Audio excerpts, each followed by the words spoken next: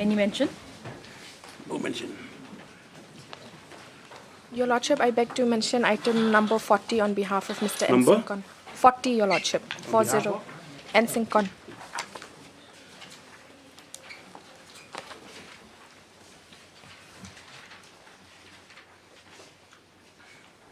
Okay. No urgency. 2 I have weeks. to file my rejoinder.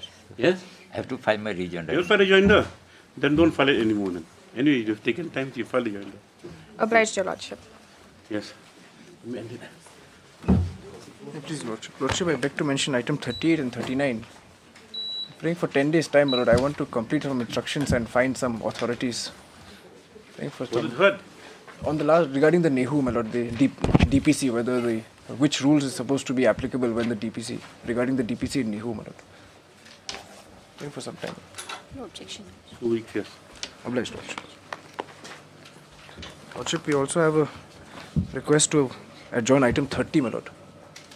In connection with the death at Nepal, a new IO has been. Endorse Well, with you've been yes. appointed now for 6 months. You keep on saying No, same only thing. now he has been, but now also he's in election duty, so it's not progressing. Okay, 2 weeks, yes. Obliged, Lordship. Obliged. Yes. May it please, Your Lordship, I beg to mention item number 32, Your Lordship. Without Marak, the other side. Please, Your Lordship. Lordship, I put a petitioner, Lordship. You don't have objection? Short time maybe fixed, Lordship. 1 week, okay. Lordship. Lordship. Yes. Much obliged, Lordship. Please, Lordship. Lordship, I beg to mention item number 43, Lordship. Lordship, this matter may come up after 2 weeks.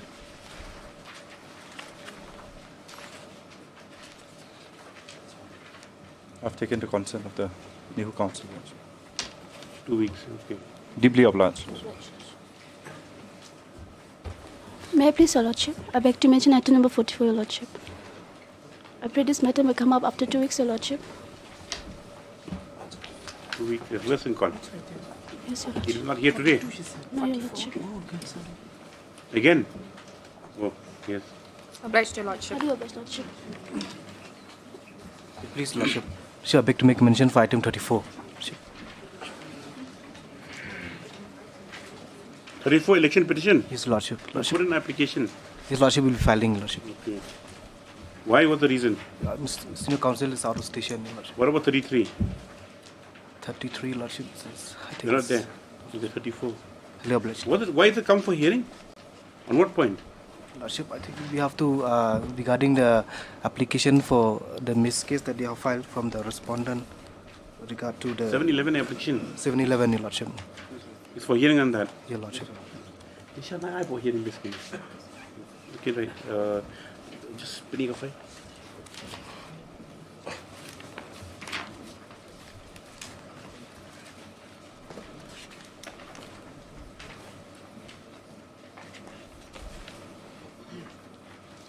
From this case. 28. 28.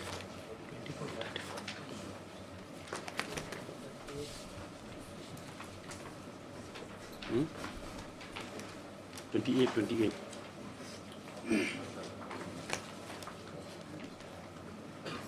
Oh no, sorry, 26 is. That's other sheet.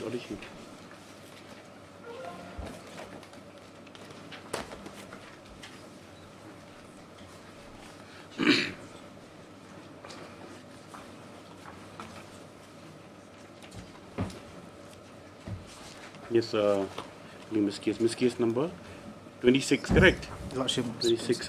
Where's the adjournment application? Lordship, Where's the adjournment application? will be filing, Lordship. We haven't filed. You haven't filed it? You will filing, Lordship. That's not. Please, what's not ask pass order? You file it because then yes. Highly obliged. May it please, Your Lordship. I beg to mention item number 42, Your Lordship. 14? 42. 42. I humbly pray this matter may be taken up after 1 week, Your Lordship. I appeal for the state matter, no objection. I'm for respondent number 678, weeks, Your yes. Lordship. Highly obliged. Yes. Please, Lordship. Lordship, I beg to mention item number 46, Lordship. I pray for Lordship, for respondent 4 to 17th. After 2 weeks, Lordship. No objection? No objection, Lordship. 2 weeks is... Right, Lordship. Item number 1.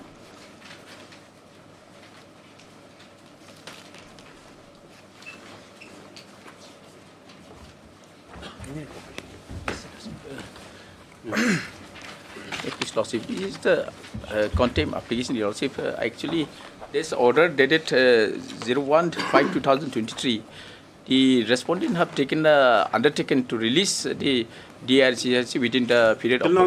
They have not released. We have processed, my lord. We have processed because, my lord, because of the CEM on tour, my lord, because of election thing. We're just waiting for last year, 1st of May. Yeah, I know, my lord. On that time, busy for election. No, my lord. I should not make that. Yeah, my lord. Probably within 10 days or 15 days, my lord. You're accepting notice? Yeah. Mr. petition, issue notice, Mr. SD is present, accept notice on behalf of the sole respondent. Of himself, respondents, no further notice called for. This after 2 weeks for instructions. What's for Lordship? Item number 2.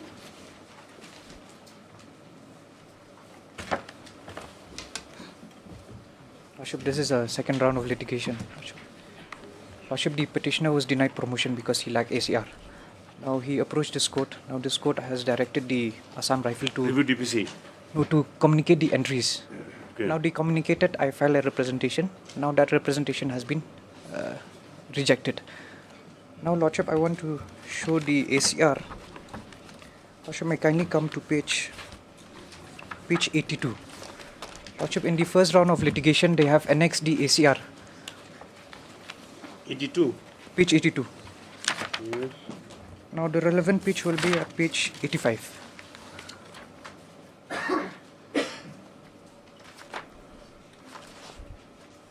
Yes.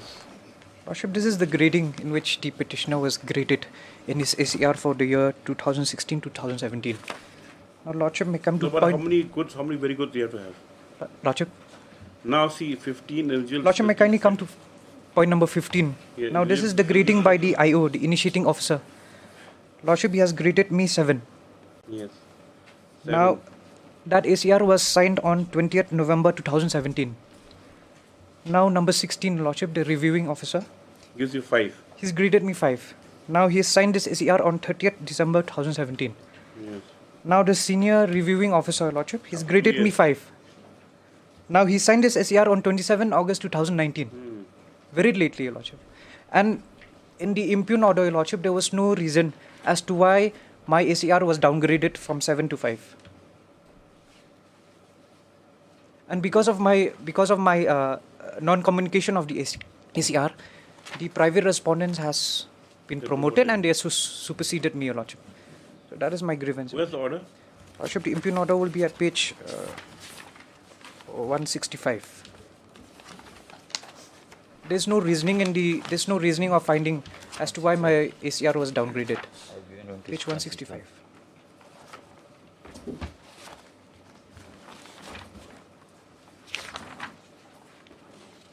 (156), 165. That will be annexure 19, Lordship. That's 156. 156. Lordship, I have a different copy. How come you have 165? That will be annexure 19, Lordship. Annexure 19 is page 156. My copy is 160. I think there's some mistake, Lordship. I've verified with the office copy. Where's the Lordship, the relevant para 5 is the finding, Lordship.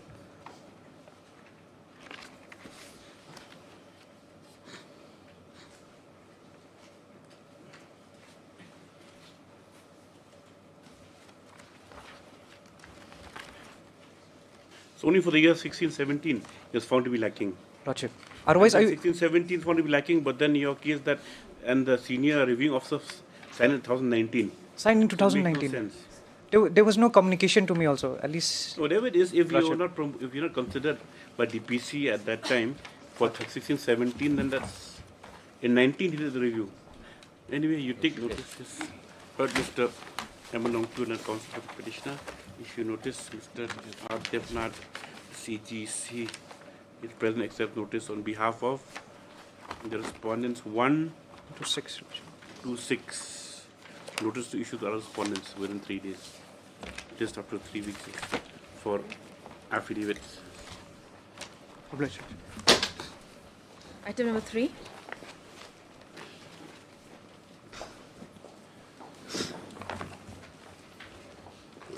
Please, Lordship. This is for regularizing of service and for payment of pension, Your Lordship. The petitioner was appointed in the year of 1986, Your Lordship, and no objection certificate from the DSA, District Selection Committee. Yes, issue on 11th 2010 by the... Where is that? That is Annexure 2, Lordship. Annexure? Annexure 3, Lordship. Annexure... Page... Annexure 2, I'm sorry. Annexure 2, Annexure 3? Annexure 2 is the page 14, Lordship. Page 14, Annexure 2. This is the... What is this? This is the no objections that may I just read it, Your Lordship. The letter issued by the District Selection Committee that with reference to subject stated above, I have the honor to forwarding the memo so-and-so dated William Nagar, received the Divisional Forest Officer East Garo Hills Social Forestry Division, William Nagar, for issuance of no objection certificate and for regularization of their service with retrospective effect from the date of joining. The detailed statement as shown below. That my name is Lordship, that is appear serial number 1, Pritila Sangma, LDA. So this is the letter. It is observed that following the inquiry inquisition were appointed on an ad hoc and confirmed their... You're retired now? Now I am retired, Lordship. Why you not regularize? Yes, Lordship. They have not regularized. Take instruction here. Lordship. You get it done fast. Otherwise, heard Mr. P.T. Sangman and Councillor Petitioner, if you notice, MS.NG Shilla with so-and-so present for 1 to 4 and E.B. Pasap for 5. No further notice called for. Stop. Next para Mr. P.T. Sangma submits that in spite of an order, in spite of no objection issued by DSC since 2010. Since 11 February 2010, the petition is yet to be regularized, and in fact, is superannuated. Stop. Next for learned senior GA to obtain necessary instructions. Just after 2 weeks, yes. Much obliged, Lordship. Also, Lordship. Item number 4.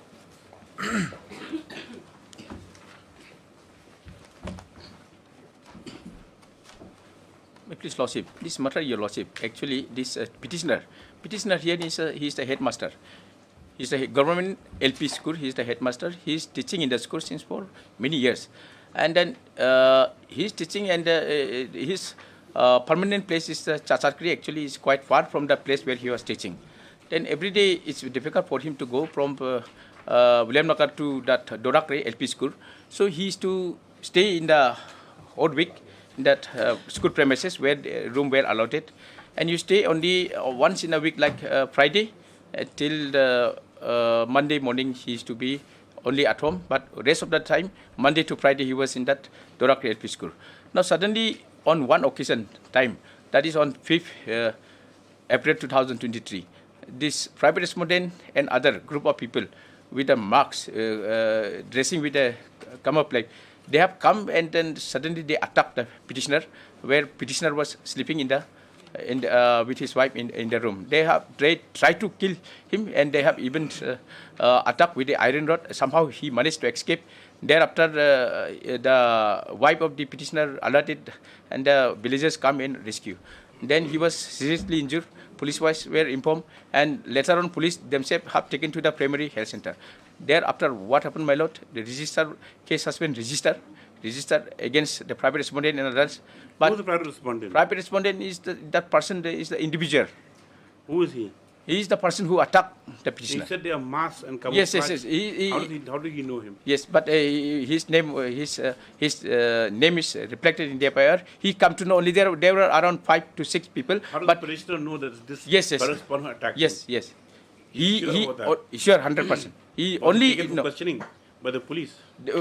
Police till now, police, despite of registering the FIR, they are not even they have registered the FIR, but they have not investigated till date, because this has been 1 year. The petitioner coming here before is that only for investigation. For investigation. Principle of?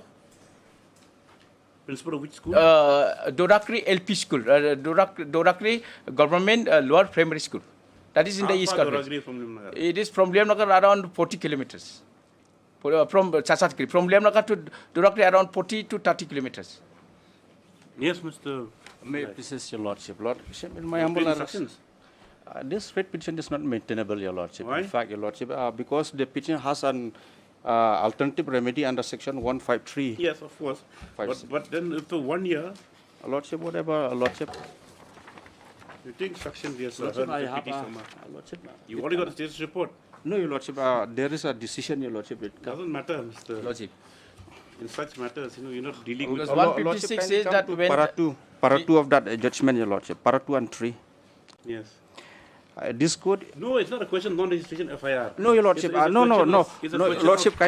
Lordship kindly see. Or having been registered, proper investigation is not being done, then the remedy of the aggrieved person is not to go to the High Court under Article 226 of the Constitution of India, but to approach the magistrate concerned under Section 156(3) CRPC. No. Then, lordship, kindly see para 3. We are of the lordship. See, when you come to the High Court at 226, lordship, why does the person come?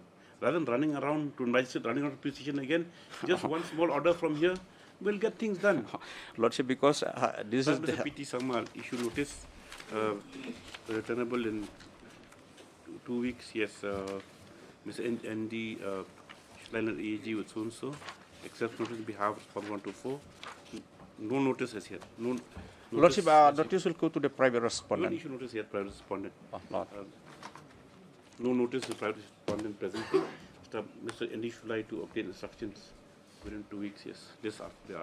Lordship. Much less. Why make private respondent? Suppose he's innocent. No, he has even. Bring him to court also. He even moved the bail. The bail was objected later. His. Doesn't matter. Get instruction, then we just post. Lordship. Yes. Much less, lordship.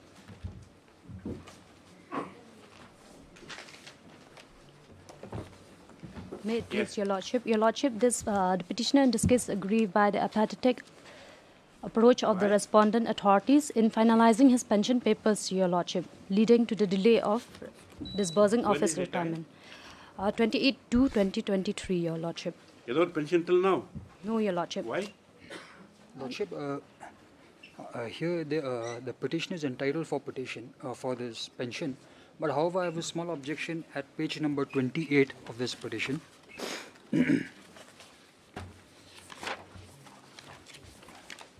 Yes. Lordship is 28. Page number 28, Lordship. 28? Yes, Lordship. Page 28. Can't read this it is, also. Lordship. You don't have a type copy 28? We have supplied. Annexure 10, Lordship. Where is the type copy? Will be in page 24, 25, your lordship. Okay. So, Lordship, here there are a set 24, 25. What does it say? Here, Lordship, there's a set of caveats here given for regularization of, which are the conditions for regularization of service. Over here at point number 4, Lordship, it has been stated that there's a particular examination which has to be conducted by Meghalaya Public Service Commission. And upon clearing that particular examination, only then... Where is that? It's not here in the type copy. Lordship, it's at page 28. 25, your lordship. 25 doesn't have 4 clauses. Lordship, can you have a look at this copy? It's at 28.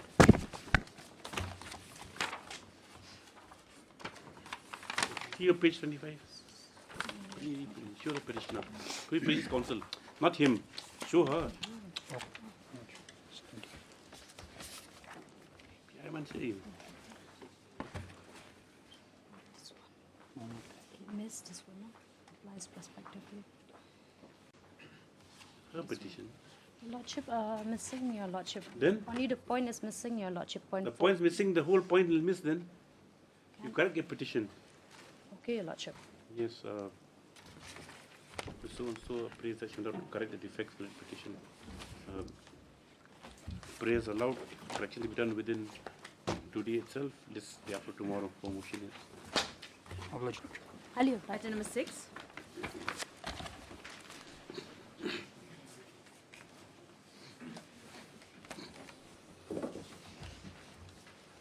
May I please, Your Lordship? This is an application under Article 226 of the Constitution of India. Your Lordship, I am the petitioner, agree with the negligent attitude of the respondents. What attitude? Negligent attitude. Negligent attitude, okay. Who have failed to reply to my representation letter dated 11/03/2024. What happens in this case is that, Your Lordship, on 23rd 10/2002, my father was found brutally murdered. 2000 and? 2002. 2002? Sorry, Your Lordship, yes. 2002. 22 years ago? Yes, Your Lordship. What happens is that my father was found brutally murdered in Riboy district, and I have filed an FIR in the Umyam police station to the officer in charge, Your Lordship. And another unfortunate incident happened to my brother, Your Lordship, on 30th 10/2006, whereby I have filed again an the FIR in the to the officer in charge of the Umyam police station, Your Lordship. However, the police informed me that they would investigate the matter and inform the same to me. However, it was to no avail, Your Lordship. If I may, Your Lordship, please see page number... But these things happened 2002, 2006. Now you're coming now for the code 24. Yes, Lordship, if I may... Trial, if there's any would have been over by now, long gone. Yes, Your Lordship, over the years, I have verbally... Nothing was informed to us, Your Lordship. What do you mean nothing's informed to you? I have gone to the police station whereby I inquired the status of my case, and nothing was given. I was given no information. Then all this time after 2006, when 2002 your father died. Yes. You don't know what happened after that. No, Your Lordship. In I have filed 2002 your father was killed. Yes, Your Lordship. It was 2006 my brother was killed. It was a clear case of you mean a crime, not he didn't die from any other reason. No, Your Lordship. He was found brutally murdered. Yeah, then after that, then your brother was killed also. Yes, Your Lordship, on 2006. After he kept quiet, he didn't do anything till now. No, Your Lordship, I went to the police station whereby... Where's the evidence to show that he ever approached authorities before that? Pardon, Your Lordship? Did he ever approach authorities before that to inquire about the case? I went to the police station, to the district council as well, Your Lordship.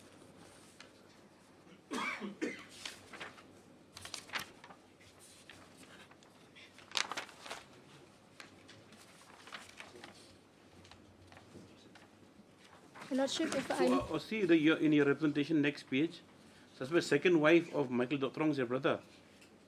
Yes, Your Lordship. Is involved in the murder, as well as your own sister also. It was suspected, yeah. What kind of... Your Lordship, if... Pardon, Your Lordship? What's your name? L. Langi. L. Lari. Langi. Lani. Yes, Your Lordship. If I may, Your Lordship... Case, see, it's too far long gone, to 2006. Yes, Your Lordship.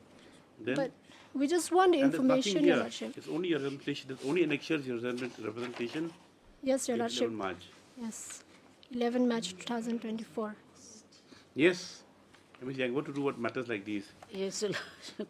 And this happened many years back, Your Lordship, and there's no FIR also annexed in these. Nothing is here. To say that any such complaint or FIR was lodged with the police at all.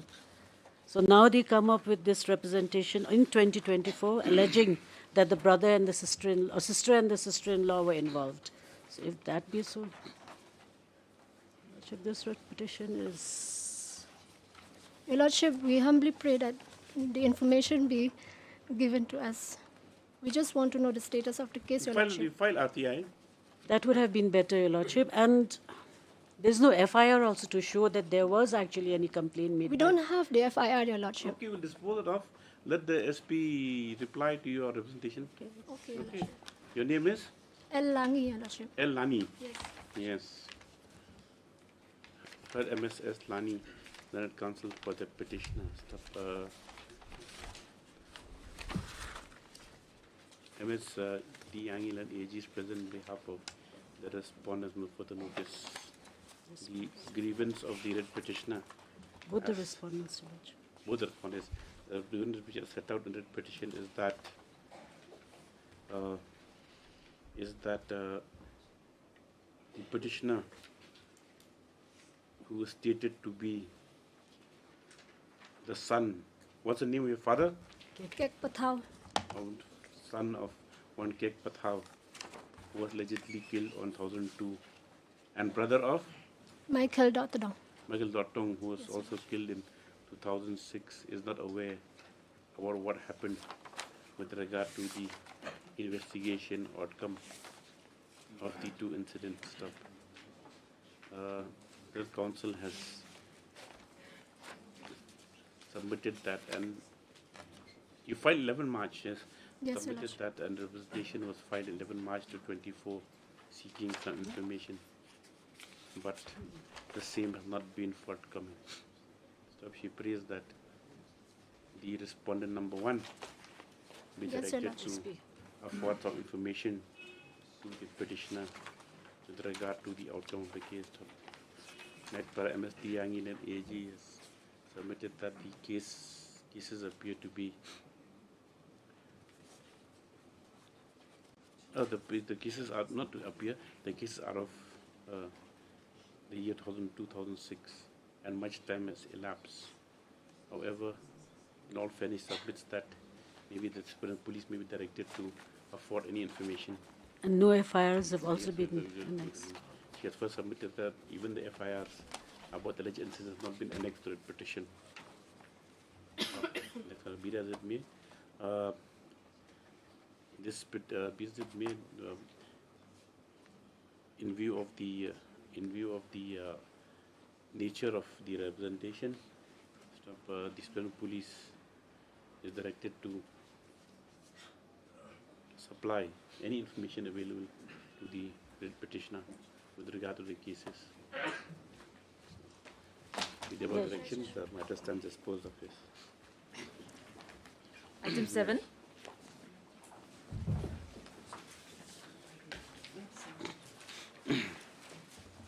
Lordship, I appear on behalf of Mr. Mehdi. Lordship, Mr. Mr. Mehdi. Who's Mr. Mehdi? He's from Guwahati, Lordship. Lordship, on instructions, we will not be filing any rejoinder. The matter may be come up for hearing, Lordship. The matter is fixed for hearing today, Your Lordship. Fixed for admission hearing. Lordship, but today is... It's fixed for admission we're supposed hearing to file today, a, Lordship. we were supposed to file a rejoinder, Lordship. No. But now we have There taken... was no such Lordship, prayer on the last date. Lordship, the private respondent has filed his affidavit. Now we're supposed to take instructions. No rejoinder. There is no prayer. Order 28-2, after it's been filed, we have responded before. This is matter of admission hearing. Then prayer and council petition, this is matter on 8-4. Then no prayer for rejoinder. Can it come after 2 weeks, Lordship? The matter is not maintainable, Your Lordship. We have been time and again saying it on every dates. These are ego battles. These are ego battles. It's an ego battle, correct, Your Lordship. Mr. Emil Nongpurus, though the matter is of admission hearing today, Mr. Nongpurus, prays the matter be taken up on another date as the arguing council available. Only this after 3 weeks. 3 weeks. They're having bihus or not yet. Lordship. Let them enjoy themselves. Obliged. Item number 8.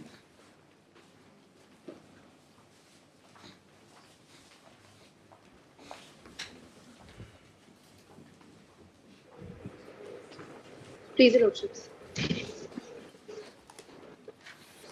filed the 711 application on 2 grounds. Primarily that I have not presented it personally, and that the seal of attested to be true copy has not been annexed in the petition, so it's not a true copy. Then my humble submission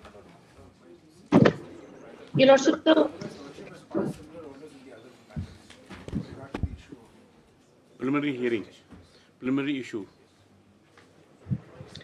Your Lordships, today the matter was fixed for arguments on Order 7, Rule 11 application, Your Lordship.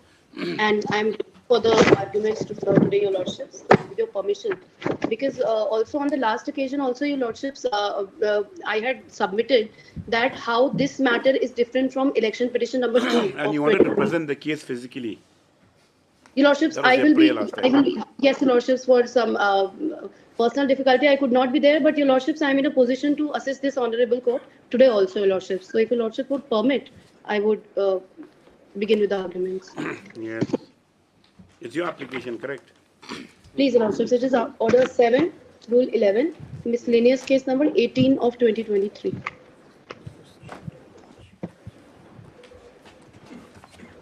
Yes. Please, Your Lordships, this application has been filed seeking rejection of the petition on the ground that the specific provisions of Representations of People Act 1951 has not been complied with. Before that, Your Lordships, I would begin with Article 329B of the Constitution of India. Yes. Your Lordships, Article 329 deals with bar to interference by courts in electoral matters. Yes. Article 329B specifically says no election to either House of Parliament or to the House or either House of the Legislature of a state shall be called in question except by an election petition presented to such authority and in such manner as may be provided for by or under any law made by the appropriate legislature. Yes. Your Lordship, Article 329B therefore provides that it bars the interference in the electoral matters except by an election petition presented to such authority and in such manner as may be provided for by or under any law. Your Lordship, this article has three components. First, that an election can be challenged only by way of election petition. Second, such election petition must be presented to the authorized authority and such presentation must be done in the manner prescribed under the law. And the law here is, Your Lordships, the Representation of People Act 1951. Your Lordship, now Section 80 of the Representation of People Act, Your Lordships.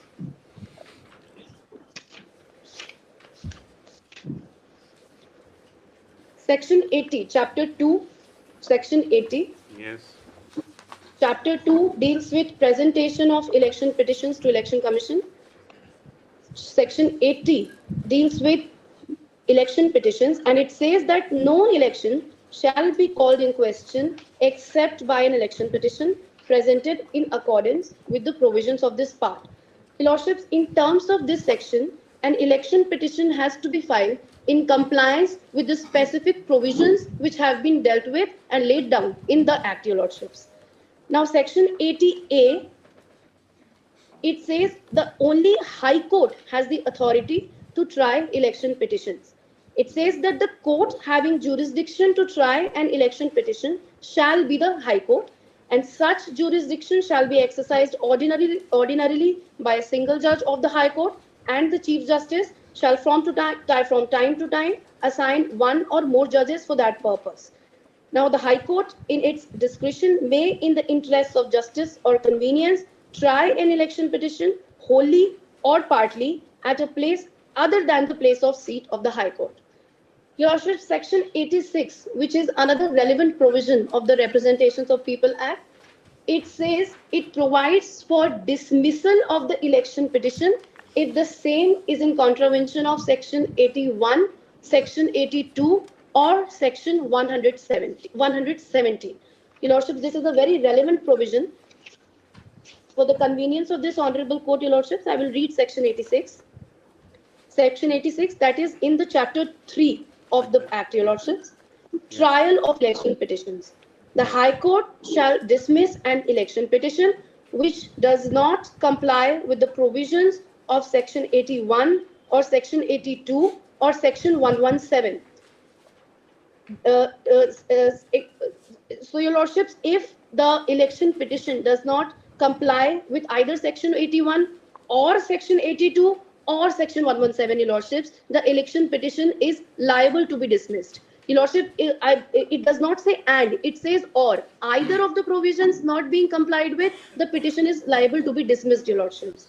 Now, I will deal with Section 81, Your Lordships. First, Section 81 is the presentation of petitions. It says an election petition calling in question any election may be presented on one or more of the grounds specified in subsection 1 of section 100 and section 101 to the High Court by any candidate at such election or any elector within 45 days from but not earlier than the date of election of the returned candidate, or if there are more than one returned candidate at the election and dates of their election are different, the latter of those two dates. This was 81, your lordships. It specifically says it has to be presented on one or more of the grounds specified in section 100 and section 101, and it is to be done within 45 days, your lordships. Now, section 81 clause 3, every election petition shall be accompanied by as many copies thereof as there are respondents mentioned in the petition, and every such copy shall be attested by the petitioner under his own signature to be a true copy of the petition. Lordship, section 81 has therefore 5 components. First, that it may be presented on grounds mentioned in section 100 clause 1 and section 101. Second, it must be presented to the High Court. Third, it must be presented by any candidate or any elector. Fourth, it has to be presented within 45 days from date of election of the returned candidate. It sets the limitation, your lordships. And fifth, it shall be accompanied with as many copies as there are respondents, and every copy shall be attested by the petitioner under his own signature to be a true copy of the petition. Yes. So, Lordship, section 81 clause 1, it strictly provides that the presentation of the election petition must be done by the election petitioner personally to the authorized officer of the High Court. Yes, okay. Then okay, these provisions are known. I mean, as per the Guwahati High Court rules, they also prescribe certain manners, how many copies, so on and so forth. Yes, sir. Yes. You continue, carry on from there. Then, what you say that he never presented it personally. He didn't come personally. Yes, your lordships. Yes, your lordships. How many infractions does he have? How is infracted? 81, 100, 101. Which ways? Your lordships, so far, yes, your lordships, I would come to it later, because your lordships, I just wanted to read each and every provision specifically, your lordships, and how they are not being complied with. And also there are judgments also in the favor, your lordships, which I would want to bring it on record. So, your lordship, presentation, if the presentation of election petition is not in accordance with section 81 clause 1, read with Guwahati High Court rules, the election petition is liable to be dismissed under section 86 of the Representation of People Act. Your lordships, before going to Guwahati High Court rules, the rules of Meghalaya High Court, your lordships, that is annexed along with my application. Yes. Which is at the page number 24-25. And the relevant portion of the rules I have reproduced at page number 5 of my application, your lordships. Yes. Which says that the other, your lordships have it? Yes. It says that the other chapters and appendix part is under preparation, and to that extent, Guwahati High Court rules would continue to be followed till the next part is notified. Yes. Present part 1 consisting chapter 1 to 6 shall be enforceable from the date it is notified, and all inconsistent rule to that extent in Guwahati High Court rules stand repealed for the purpose of High Court of Meghalaya. Your lordships, therefore, admittedly, Honorable High Court of Meghalaya is following Guwahati High Court rules when it comes to the presentation of election petition. The Guwahati High Court rules, your lordships. 1 second. That is. Yes. Yes. Yes. Yes. Guwahati High Court rules, your lordships. The relevant portion is Rule 1, Chapter 8A, which is reproduced at page number 6 of my application, and the annexure, it is annexed as annexure A2 at page number 26. Yes. Yes. It reads as an election petition under section 80A of the Representation of People Act may be presented duly verified in the form prescribed under sections 82 and 83 of the said act before the stamp reporter of this court. Your Lordships, it is pertinent to mention here that section 83 also becomes a mandatory condition. 82 and 83 also become mandatory provisions to be complied with while presenting an election petition other than section 81. With a court fee of ₹6 affixed thereon within 45 days from the date of election of the returned candidate, or if there are more than one returned candidate at the election and the dates of their election are different, the latter of those two dates. Every such petition shall be accompanied by as many copies thereof as there are respondents mentioned in the petition, together with one extra copy, all the copies being fully attested by the petitioner under his own signature to be a true copy of the petition, and as many envelopes as there are respondents hearing requisite postage stamp. Your Lordship, therefore, along with the provisions of Representation of People Act, Chapter 1, Rule 1, Chapter 8 of Guwahati High Court rules also becomes mandatory to be complied with by the election petitioner while presenting the election petition. So Chapter 8A of the Guwahati High Court rules, Your Lordships, specifically provides for special provisions related to procedure in which the election... You tell us then which are the infractions by the election petitioner to cut the whole thing short, because this is the provisions are there. Now, what did he not do in the presentation? Yes. Please, Your Lordships. Yes. For that, Your Lordship, kindly see page number 36 of my application.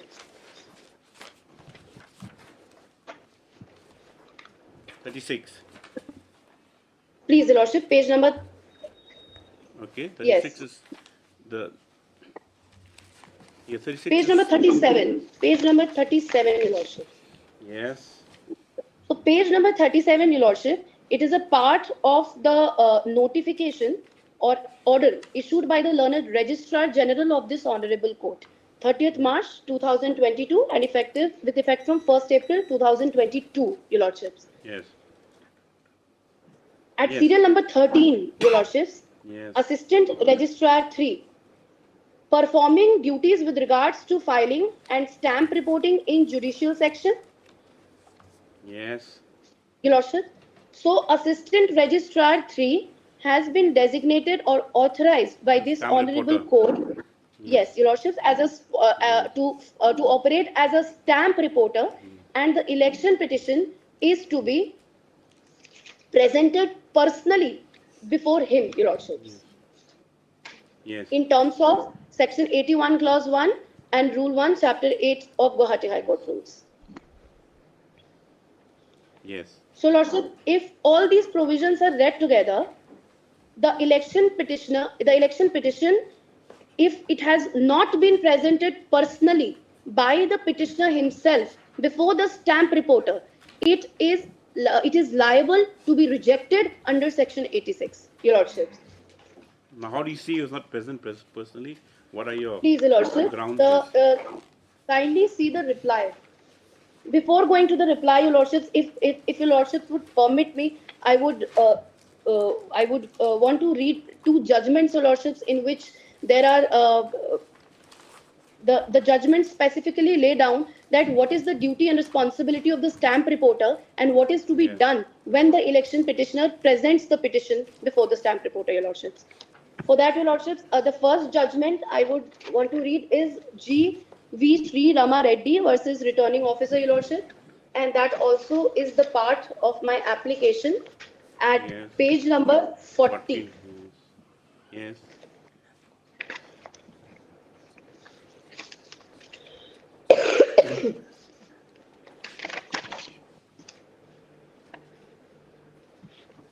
So the first, so initial paras deal with the fact, Your Lordships. Para 4. Yes. The appellants filed an election petition under Section 81 of the Act on various grounds, pointing out large-scale irregularities and illegalities committed by the respondent authorities in the voting and illegalities of allowing the recounting after announcing the declaration of appellant as elected. On so and so the first appellant through his advocate, this is relevant, your lordship, through his advocate Sri Shiva Reddy presented the election petition before the Registrar Judicial, High Court of Karnataka. The registry of the High Court put up an office objection that as the appellant was not present at the time of filing of the election petition, the presentation of the papers was not in accordance with Section 81 of the Act, and as such, there was no proper filing of the petition. Based on the office objection, the matter was placed before the learned single judge and arguments were heard. By the impugned order, the learned single judge, based on the recorded statement of the Registrar Judicial dated 7th July 2008, that the petitioners were not present while presenting this petition, and finding that it was not a proper presentation in terms of Section 81, dismissed the election petition. Aggrieved by the said order, the appellants have filed this appeal. Your Lordships, kindly see para 7 of the judgment. Since the election petition was dismissed at the threshold on the alleged ground of improper filing, there is no need to traverse various averments made therein. The only question to be considered by this court is whether the election petition as presented was in accordance with Section 81 Clause 1 of the Act, and whether the High Court was right in dismissing the same as it was not presented by the candidate or elector. Your Lordship, this particular judgment was dealing with the same issue what we are discussing today before this Honorable Court, Your Lordship. Now, para 14 of the judgment, which is at page number 42 of my application. A close look at Section 81 reveals that the two remaining subsections after the amendment introduced by Act 47 of 1966, 1 and 3, deal with two distinct but interrelated issues. Subsection 1 deals with necessary requirements of any petition challenging an election, and subsection 3 deals with additional requirements to the petition presented. Your Lordships, then the 5 components, as I discussed earlier, has been reproduced. See, even in this case, what happened was that they had to record a statement of the registrar. You understand? That is why in the earlier case also, when this court was handling the 7-11 matter, we thought, okay, fine, since we asked for the report, stamp reporter Please, gave a vague report. That is why we had fixed it for preliminary issues and for preliminary evidence. Lordship, however, See whether, you know, they just let him stand at a dock and see whether that person had come before him to present the election petition. What are the circumstances if your case only based on that? If you have other things to say, anything else? No, Your Lordship, there are other provisions also which have not been complied with, and so far calling for the report of the stamp report. If it's without even going for evidence that you can show the court that is in contravention of, you know, Section 81, 100 and so on, then maybe we can take it at that. But if the statements unless they be recorded as to whether physical presentation was there, then we'll have to at least examine the stamp reporter. Please. Yes. Please, Lordships. In fact, in election petition 2 of 2023, Your Lordships, when Your Lordships were dealing with the matter, this Honorable Court had called for the report of the stamp reporter. Yes. During the arguments, Your Lordships, and then the arguments were proceeded as it is. So Your Lordships may call for the report of the stamp reporter, and the arguments may continue. The thing is that the stamp reporters, the problem is that they don't exactly know what is the procedure to be adopted. The only thing for us to cut short the matter is to see, let them come here, let your election petitioner come also, whether he was there or not, that's all. Then Your Lordships kindly have the reply of the 7-11. Let's see the reply. What does he say?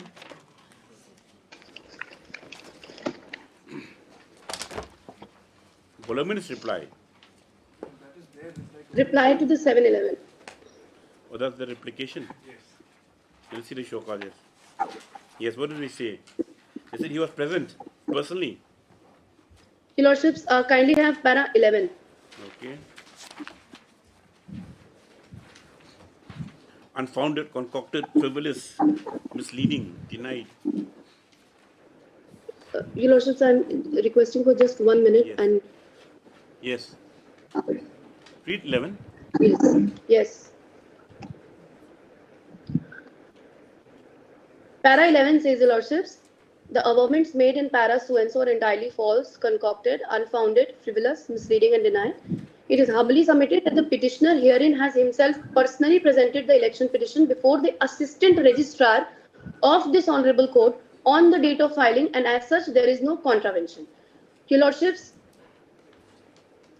as per the order dated 30th of March 2022, at the page number 36, Your Lordships, the Assistant Registrar 3 is the authorized officer who has to act as a stamp reporter, and only if the petitions are presented personally before him, the election petition can be admitted. So, Your Lordships, in my humble submission, the election petitioner himself has conceded and admitted to the fact that the petition has not been presented before the authorized officer, who is the stamp reporter, and who in the case of Meghalaya High Court rules read with Guwahati High Court rules is the Assistant Registrar 3, Your Lordships, which is at the page number 36. March 2023, who was the stamp reporter by name then?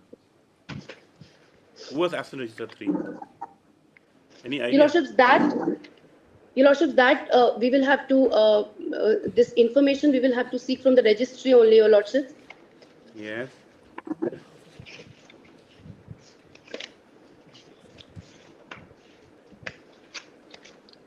But Your Lordships, if para 11 is read once again, it simply says before the Assistant Registrar. However, the page number 36 of the order dated 30th March 2022 issued by the Learned Registrar General is very specific and clear that the stamp reporter is to be Assistant Registrar 3, before whom the petition is to be presented. Yes.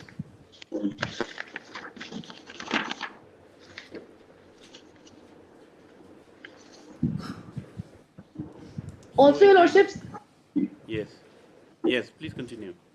Yes, please, Your Lordships. My first argument is, so the election petition is not presented personally by the petitioner himself before the authorized officer of the Meghalaya High Court, that is the Assistant Registrar 3, who is the stamp reporter as authorized by this Honorable Court, Your Lordships, vide the order dated 30th March 2022 issued by the Learned Registrar General. Secondly, Your Lordships, there is no endorsement of the stamp reporter on the election petition. So, when I say, Your Lordships, please, Your Lordships, when I say in para 11 of their reply, when they have themselves admitted to the fact that the present petition has not been presented personally before the authorized officer of this Honorable Court, Your Lordships. We are having a power. 1 second. Yes. Please. Yes, continue. Please, Lordships. Yes. In my humble submission, Your Lordships, that the election petition has not been presented personally before the authorized officer of this Honorable Court, who is the Assistant Registrar 3. In their own reply, Your Lordships, they have admitted that. So no question arises of the endorsement of the stamp reporter on the petition, Your Lordships. So again, there is a violation of Section 81, Clause 1. Yes. Secondly, the date is to be mentioned and the time of presentation and the name of person. All these essential conditions of Section 81, Clause 1, read with Rule 1, Chapter 80 of Guwahati High Court rules, are not being complied with when the election petition was filed, Your Lordships. If Your Lordships would permit, on that ground, Your Lordships, I would want to read one judgment, that is Jamaluddin Ahmed versus Abu Saleh Nehmuddin and another, Your Lordships. This is a relevant judgment with respect to the endorsement by the stamp reporter. My learned friend would be passing the judgment, Your Lordships.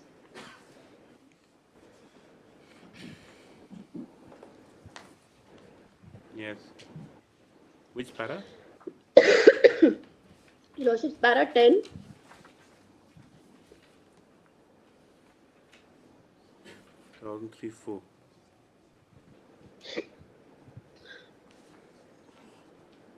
It is 2003 for SEC 257, Your Lordships.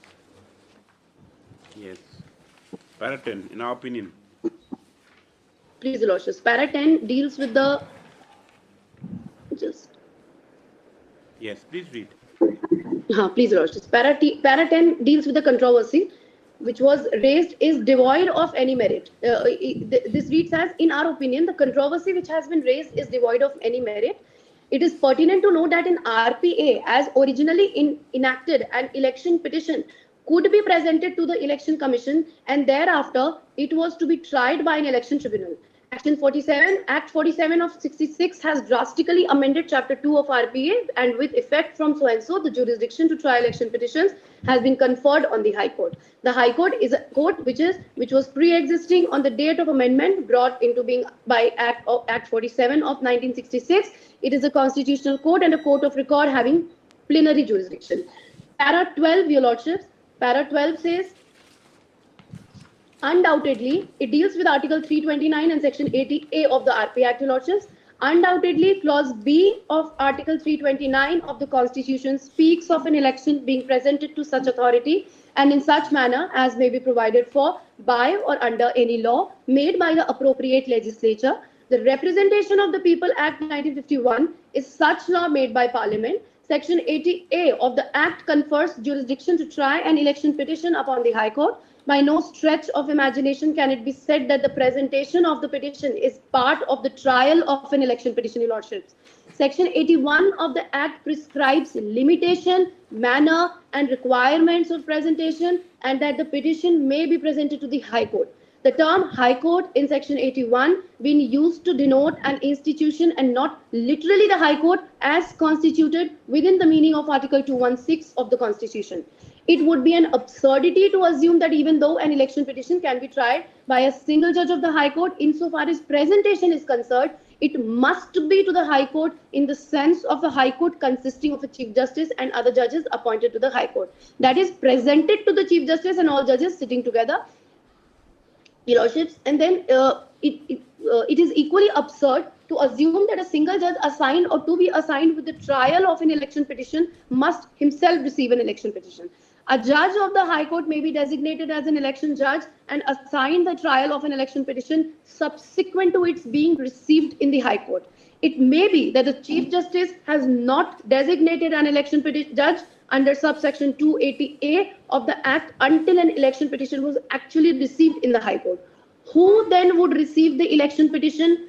Do the Constitution and RPA expect the Chief Justice himself to discharge the ministerial act of receiving an election petition presented to the High Court? Our answer is an emphatic no. The functions discharged by a High Court can be divided broadly into judicial and administrative functions.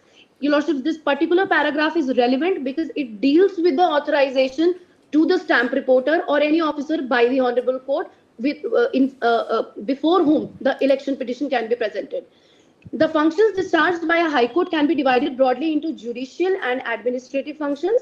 The judicial functions are to be discharged essentially by the judges as per rules of the court and cannot be delegated. However, administrative functions need not necessarily be discharged by the judges by themselves, whether individually or collectively or in a group of two or more, and may be delegated or entrusted by such delegation or authorization.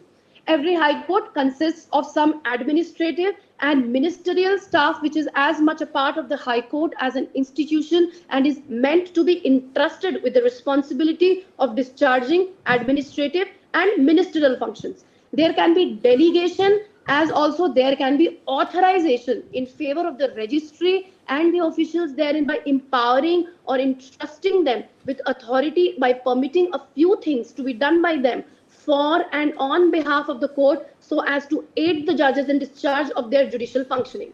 Authorization may take the form of formal conferral or sanction or may be by way of approval or countenance. Such delegation or authorization is not a matter of mere convenience but a necessity at times. The judges are already overburdened with the task of performing judicial functions and the constraints on their time and energy are so demanding that it is in public interest to allow them to devote time and energy as much as possible in discharging their judicial functions, relieving them of the need for diverting their limited resources of time and energy to such administrative or ministerial functions. Your Lordships, so in view of this paragraph only, Your Lordships, the Registrar General of this Honorable High Court, while order dated March 2020. Where? Come to the relevant part. Please, Your Lordships. Please, Your Lordships. Para 18, Your Lordships. Yes. Para 18. Subsection 1 of the above said provision required the election petition being presented to the Election Commission. Subsection 2 provided for the petition being delivered to the Secretary to the Commission or to such other officer as may be appointed by the Election Commission, or even being sent by registered post and delivered to the Secretary to the Commission or the officer appointed so as to be deemed to have been presented to the Election Commissioner. While High Court has been substituted in place of Election Commission in subsection 1, 2 of the erstwhile section 81 has been deleted without re-enacting a corresponding provision.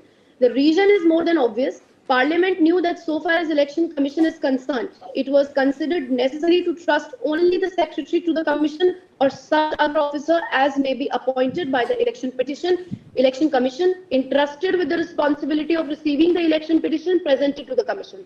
So far as the High Court is concerned, such a provision was not required to be enacted into the Act. Jurisdiction to try an election petition has been conferred on the High Court in place of Election Tribunal. The High Court is a constitutional court which was pre-existing. It is a court of record and exercises plenary powers. The High Court, being a pre-existing judicial institution, also had rules, directions and practice already existing and prevalent and governing the reception of documents presented to it. The same would apply to the election petitions. Cursus curiae est leg curiae. The practice of the court is the law of the court. Every court is the guardian of its own records and the master of its own practice. And where a practice has existed, it is convenient, except in cases of extreme urgency and necessity, to adhere to it, because it is the practice, even though no reason can be assigned for it. For an inveterate practice in law generally stands upon principles that are founded in justice and convenience. Even in the absence of Chapter 8A in the Guwahati High Court rules, there would have been nothing wrong in the High Court or the Chief Justice authorizing any of its officers to receive the election petition presented to it, so to enable exercise of the jurisdiction conferred on the High Court by Chapter 2 of the Act.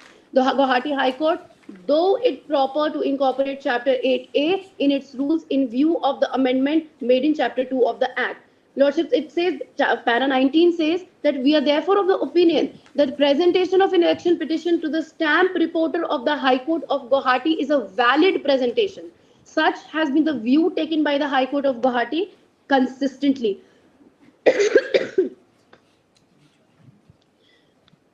At least 3 decisions can be referred to immediately, and 3 judgments have been reproduced, Lordships. We find ourselves in agreement with the views so taken by the learned single judge of Guwahati and Allahabad High Court in Abdul Jabbar, your Lordships, and Melupura Vero and Sangura versus F. Sapa, your Lordships. Now, your Lordships, in further, yes. During the course of hearing a recent decision by a learned single judge of the Guwahati High Court in Utpal Datta versus Indra Gogoi was brought to our notice, wherein Rule 1, Chapter 8A of the Guwahati High Court rules has been struck down as ultra-virus, sections 80, 80A, 81 of RPA, read with Article 329B of the Constitution. It was forcefully submitted by the learned counsel for the appellants that the rule having been struck down as ultra-virus, it would be deemed to be non-existent, and therefore all election petitions presented to the stamp reporter of the Guwahati High Court would be non-as, and such election petitions cannot be set down for hearing and trial. The question of the virus of the above said rule does not directly arise for consideration decision before us, as the same was not put in issue in any of the 3 cases. The orders passed wherein are the subject matter in these appeals. It would suffice for us to observe that going into the virus of the rules is an intellectual exercise in futility, for it would lead us nowhere. So, your Lordship, the presentation has to be done in terms of Chapter 8A, Rule 1, Guwahati High Court rules, read with Section 81, Clause 1 of the RP Act and Article 329B of the Constitution of India.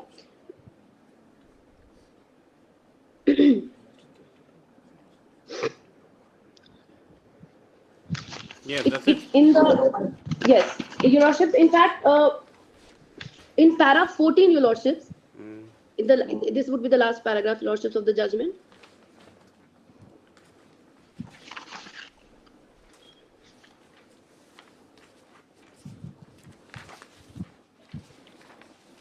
Yes. Para 14, your Lordships, judicial function, it is after 3 paras, your Lordships. Yes. In para 14 only, yes. It's exercise the legal authority. Yes, Lordship. Judicial function is exercised under legal authority to decide on the disputes after hearing the parties, maybe after making an inquiry, and the decision affects the rights and obligations of the parties. There is a duty to act judicially. The judge may construe the law and apply it to a particular state of facts presented for the determination of the controversy. A ministerial act, on the other hand, may be defined to be one which a person performs in a given state of facts in a prescribed manner in obedience to the mandate of a legal authority without regard to or the exercise of his own judgment upon the propriety of the act done. In ministerial duty, nothing is left to discretion. It is a simple, definite duty. Presentation of the election petition to the High Court within the meaning of Section 81 of the Act without anything more would mean delivery of the election petition to the High Court through one of its officers competent or authorized to receive the same on behalf of and for the High Court.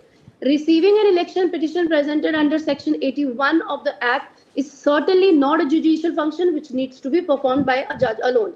There is no discretion in receiving an election petition. This is relevant, Your Lordship. These further lines. An election petition, when presented, has to be received. It is a simple, definite duty. The date and time of presentation and the name of the person who presented are to be endorsed truly and mechanically on the document presented. It is a ministerial function simpliciter. It can be safely be left to be performed by one of the administrative or ministerial staff of the High Court, which is as much a part of the High Court. It may be delegated or be performed through someone authorized. The manner of authorization is not prescribed. Your Lordships, on this ground only, Your Lordships, in my humble submission, should be dismissed. We have gone. Yes. Yes, Your Lordship, it should be dismissed because their and time not written, and so that before the unauthorized person. Yes, Ms. Jindal, what do you have to say? Your Lordships, I have certain other points also because 81 clause 3, section 82 and section 83 also, Your Lordships. Yes, what do you have to say? It will, Your Lordships, it will take some time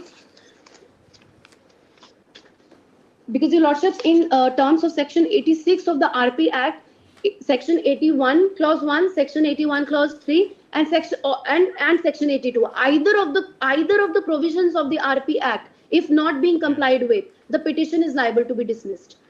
Yes. Till now, Your Lordships, I was dealing with section 81 clause 1. Yes. So concluding with my submissions with respect to section 81 clause 1, Your Lordships, in my humble submission, the election petition has not been presented by the petitioner himself personally before the stamp reporter, who is the Assistant Registrar 3 in case of the Honorable High Court of Meghalaya, in terms of the order dated 30th March passed by the Learned Registrar General. Now, section 81 clause 3, Your Lordship. Yes. Copies. Please, Your Lordship.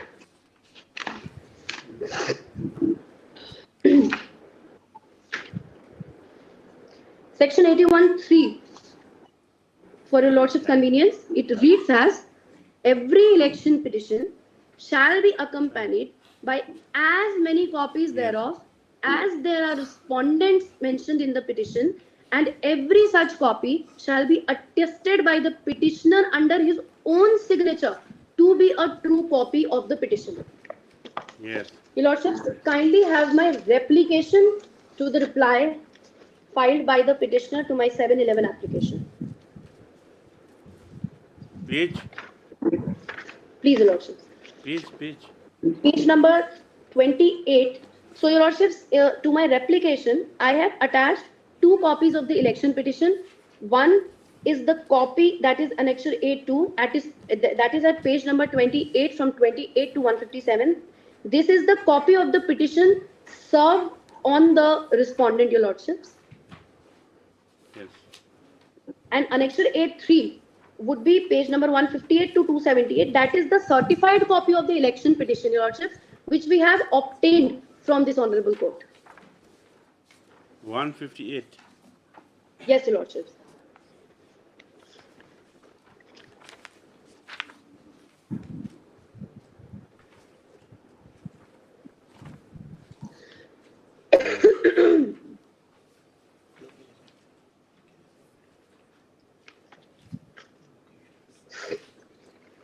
Your Lordships, at page number 28. 28 years, okay. Yes. So, Your Lordship, in both the election petitions, Your Lordship, my first argument is that they are not identical copies. Both the petitions, the copy of the petition served upon the respondent and the certified copy which we have obtained from the Honorable High Court is not the same. How do you say that? Please, Your Lordships. Yes. Yes.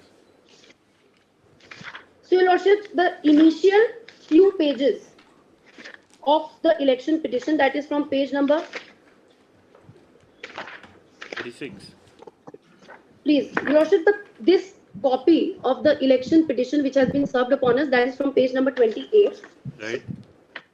It is nowhere notarized, neither it is attested by the petitioner to be the true copy, Your Lordships.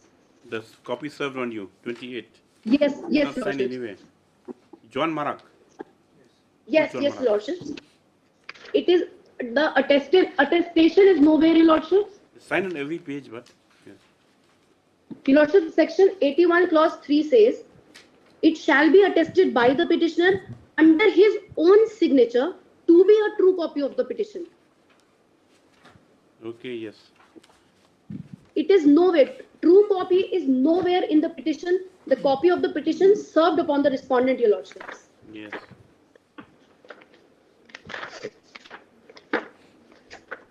So far, the certified copy which we have obtained from the Honorable High Court, Your Lordships, At page 158. please, Your Lordship. Yes.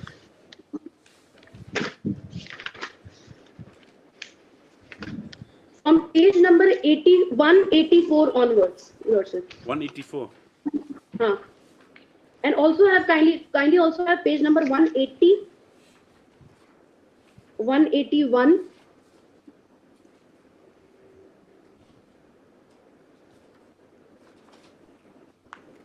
182. 180 verification of pleadings. Please, Your Lordship. At the bottom of the page number 180, Yes. there is a notary by, this is Notary Government of Meghalaya, Yes. which was not in the copy served upon us, Your Lordships. Similarly, at page number 181, page number 182, and page number 183. At these three pages, there is a notary.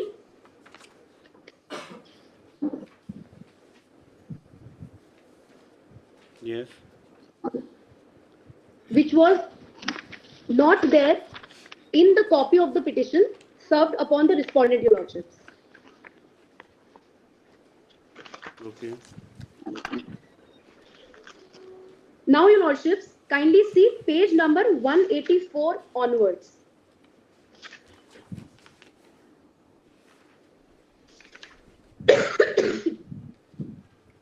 Page number 184, in fact, Your Lordships, in the bottom. It's certified Your by the Lordship has lawyer. it? Yes. Page number 184 onwards, Your Lordships, there is an attestation that says certified to be true copy, Advocate Shillong. That attestation is not personally by the petitioner, Your Lordships. That true copy, in section 81 clause 3, Your Lordships, I would want to read again. It says every election petition shall be accompanied by as many copies thereof as there are respondents mentioned in the petition, and every such copy shall be attested by the petitioner under his own signature to be a true copy of the petition, Your Lordships. So even a copy filed for the court not attested by him. Please, Your Lordships. And also the copies filed before the Honorable High Court and the copies served upon us, they are not identical in nature, Your Lordships. They are totally different, which is apparent from the copies which I have filed before this Honorable Court along with my replication.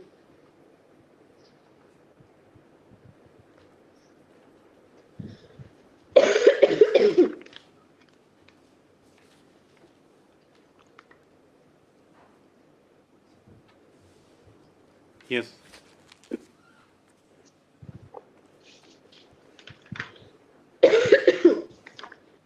So therefore, Your Lordship, there is also no compliance.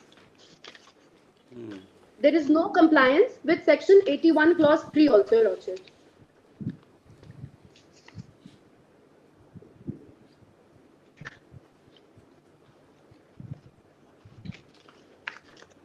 Yes. So far this is concerned with my arguments with respect to the non-compliance of Section 81 Clause 1, 81 Clause 3 of the Representation of People Act, which is a mandatory provision to be complied with under Section 86 of the Representation of People Act, read with Rule 1, Chapter 8A of Guwahati High Court Rules. Yes.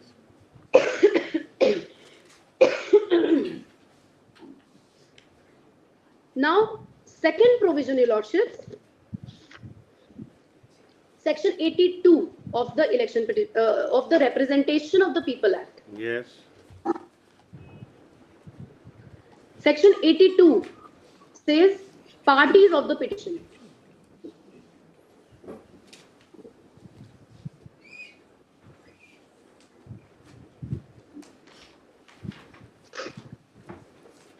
Yes. Should I read it, Your Lordship? Yes.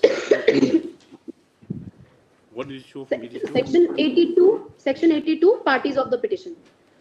A petitioner shall join as respondents to his petition, where the petitioner, in addition to claiming declaration that the election of all or any of the returned candidates is void, claims a further declaration that he himself or any other candidate has been duly elected, all the contesting candidates other than the petitioner, and where no such further declaration is made, claimed all the returned candidates and any other candidate against whom allegations of any corrupt practice are made in the petition.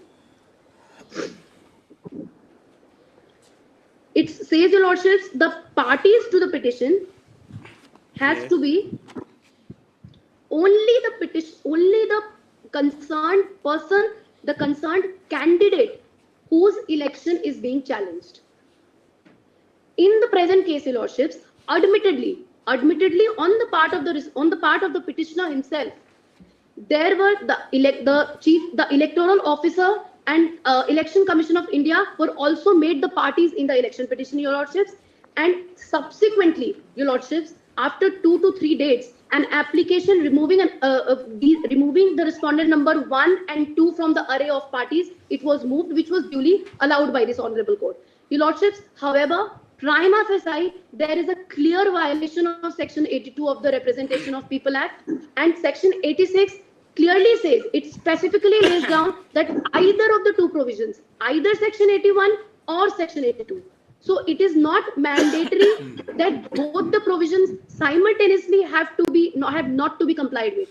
In this case, although, Your Lordship, this has happened, that neither Section 81 has been complied with, nor Section 82 has been complied with. There is a clear violation of the provisions of the Representation of People Act, and therefore, in my humble submission, the present petition is liable to be dismissed at the outset, Your Lordships. Okay.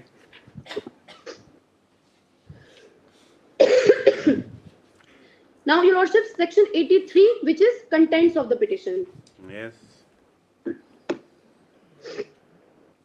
An election petition shall contain a concise statement of the material facts on which the petitioner relies, shall set forth full particulars of any corrupt practice that the petitioner alleges, including as full as statement as possible of the names of the parties alleged to have committed such corrupt practice and the date and place of the commission, shall be signed by the petitioner and verified in the manner laid down in CPC for the verification of pleadings. Your Lordships, Order 8, Order 6.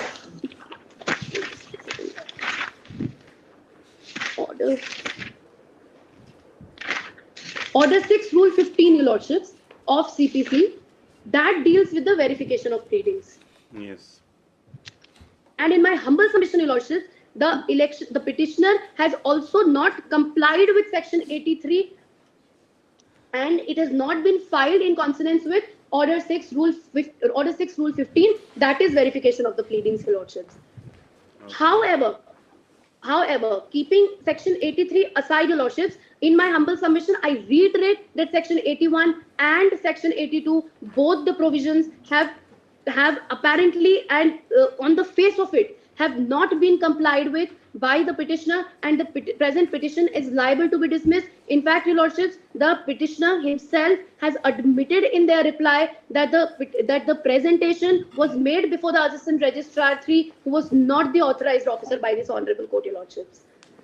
Okay. Anything else?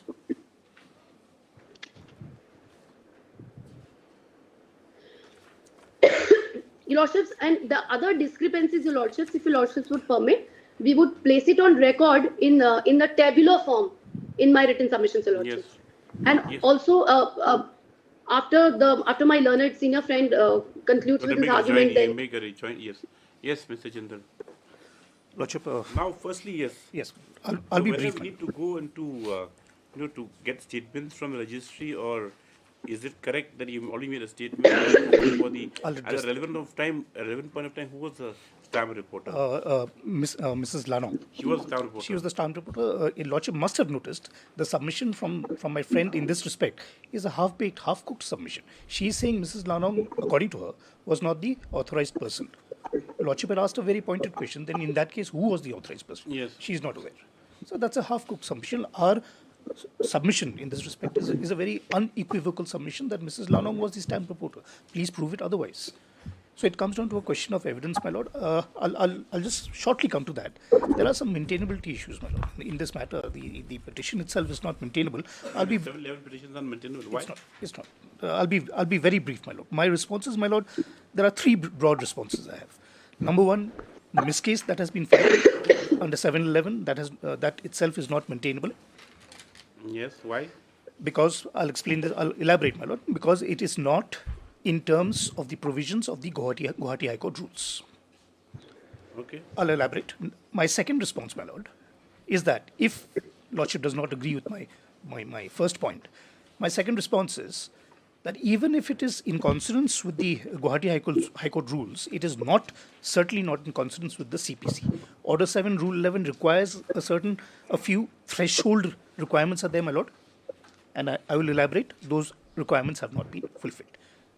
Second point, if even that is not agreed with by this honorable court, I'll go to the merits. Merits being, allegation is that I have not complied with 81, 82 and 83. I'll address that part also, my lord, very quickly. So the first point which I had highlighted was the miscase itself is not maintainable. In that respect, I will request honorable court to kindly look at chapter 8A of the Guwahati High Court rules. That is, I believe, at page 26 also, if there is no application of their application. Yes.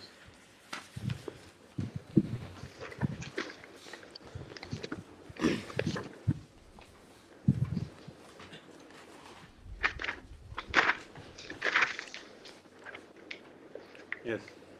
8A, my lord, Rule 10.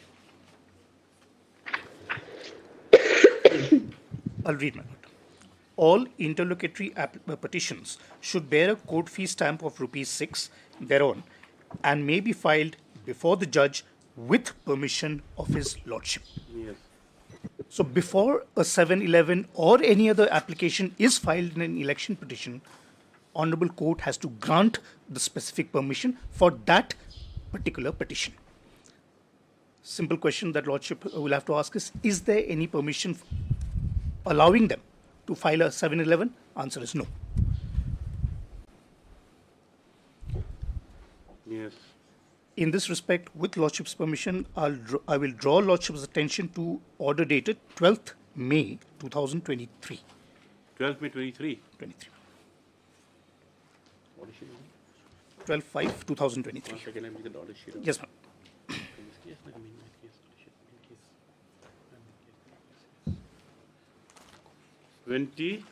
12th May 2023.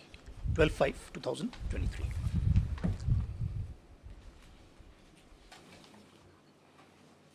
In the main election petition.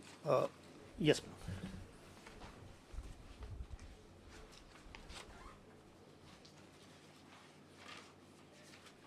Yes. Unfortunately, I'm not armed with that order, but lordship will kindly see. Permission has been sought by the other side. Yes. But permission for what, my lord? Permission to file petition to striking out pleadings Permission, in Order the 6 Rule 16 application. It is a specific permission sought and granted for Order 5, Rule 16 petition. No, Order 5, Order 6. Order 6, I stand corrected. I apologize. Order my 6, lord. Order 6, Rule striking 16. out. Yes. Order 6, Rule 16, striking out. So Orders permission, are okay, yeah, but- permission exists, but for a completely different animal, my lord. No permission exists for a Order 7, Rule 11 petition. So I am quietly confident, my lord, I need not speak any further. The petition, miscase itself is not maintainable. No permission as required mandatorily under the High Court rules has been obtained. Permission has been obtained for something else, which was never filed, incidentally. Yes. Who was the lawyer praying here before? My lord. They've changed counsels. No, I believe they have not. Even I'm a slightly new counsel. Mrs. Nongrum, Miss Nongrum, SK Nongrum had applied. Okay. So you say that since they'd asked for Order 16, Order 6 Rule 16, Yes, and they filed on 711, so that'll be a It cannot. disabling feature. It is definitely a disabling feature with permission of his lordship. Lordship's permission is required before any interlocutory application or any miscase is filed. No such permission exists. And this is an undisputed, it cannot be disputed, this position. The records are there, my lord. Yes. So miscase itself is not maintained. So you say permission again for Order 16 only? For Order 16, which was never filed. 16, sorry. Yes. Do I need any supporting judgments in this respect? I am Yes. again confident, my lord, I don't need. Provision is very clear in black and white. Yes. Non-compliance is also evident from the records. The consequence, my lord, is that miscase has to be deemed, has to be considered as being not maintainable. First point, my lord. Second point, if through some miracle they manage to traverse this. What do you mean miracle? Because it's, in my humble submission, it's something that cannot be traversed. But anyway, in any event, if Lordship, for some reason, does not agree to dismiss only on this point, the second question, the second issue which I'm placing for Lordship's consideration is, the petition does not comply with the threshold requirements of Order 7, Rule 11, my lord. Petition, my lord, has been filed under Order 7, Rule 11D.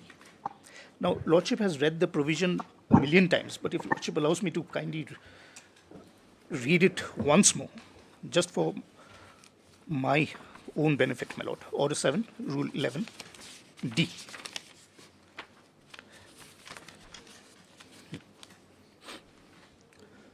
I'll read, my lord. Does Lordship have the provision? Yes. I'll read, my lord. The plaint shall be rejected in the following cases. They are relying on D. Where the suit appears, I'll read this slowly, my lord. Where the suit appears from the statement in the plaint to be barred by any law. So there are two requirements in my submission, my lord. Yes. First, my lord, there has to be a statement in the plaint. Okay. And that statement in the plaint has to clearly show that there is a bar under law against this suit. So the first request to this honorable court is to kindly notice that in the vast submissions that have been advanced by my friend for the other side, did she even once refer to the plaint to show the statement in the plaint? No.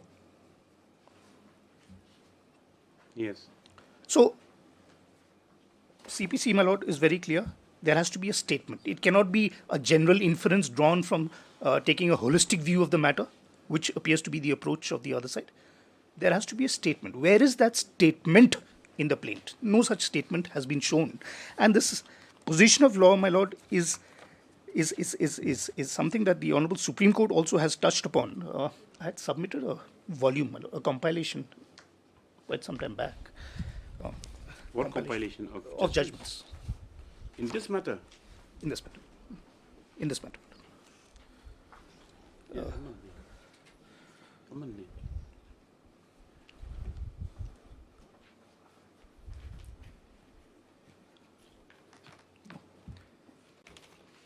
Lordship allows.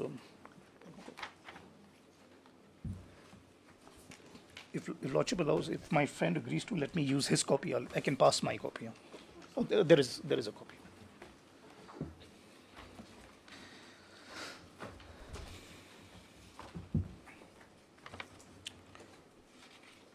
Yes. Compilation, my lord, page 1 of the compilation. It's 2023 SCC Online, SC 356. He has a judgment? I've given a copy to my friend physically, my lord. Not here. Please, Lordships, I have just received it. Okay. 2023 judgment, my lord, para 25 of this judgment. Yes. Para 25, which is at page 7 of the compilation, my lord. I'll read, my lord. Order 7, Rule 11D of CPC provides that the plaint shall be rejected where the suit appears from the statement in the plaint to be barred by any law. Hence, in order to decide whether the suit is barred by any law, it is the statement in the plaint which will have to be construed.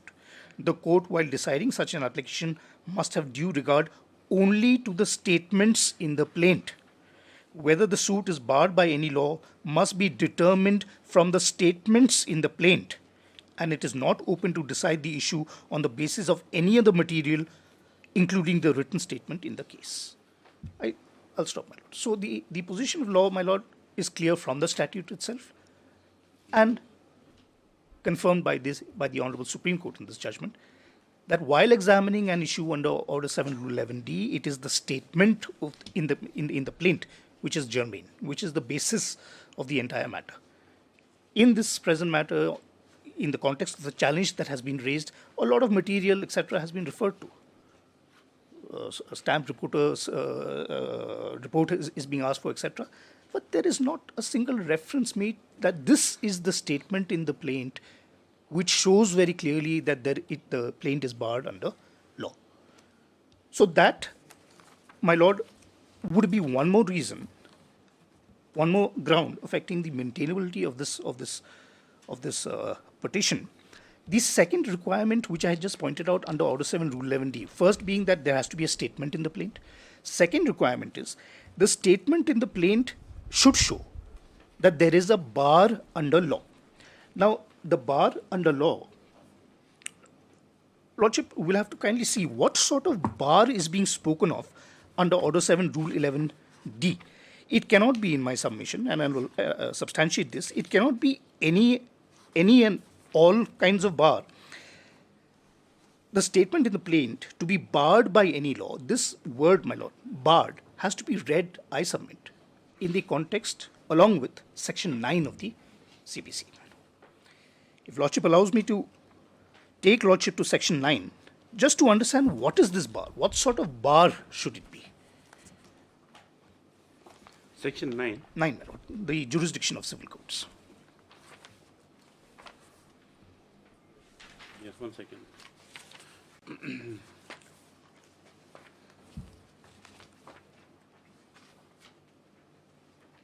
Yes. Jurisdiction of civil courts, my lord, Section 9, I'll read, my lord. The courts shall, subject to the provisions herein contained, have jurisdiction to try all suits of a civil nature, excepting suits of which their cognizance is either expressly or impliedly barred. So the bar which is spoken of under CPC has to be a bar that prevents this honorable court or any other court to even take cognizance of the matter. So in other words, my lord, if Lordship allows me, it has to be a threshold bar, something at the door of the court that prevents the petitioner from even entering the halls of the court, my lord. It cannot be any old bar. It has to be a threshold bar, my lord. Now, in this case, the bar which they are talking of, and this is from their petition itself and from the submissions it was, according to them, the bar is under Section 86(1). Is that a bar, my lord? I submit not. If Lordship looks at Section 86(1) and keeping in mind, my lord, respectfully I request, keeping in mind that it has to be a threshold bar, something that prevents cognizance being taken. 86(1) says, the High Court shall dismiss an election petition which does not comply with the provisions of Section so-and-so, so-and-so. Does this amount to a threshold bar? It does not, because 86 Because, my lord,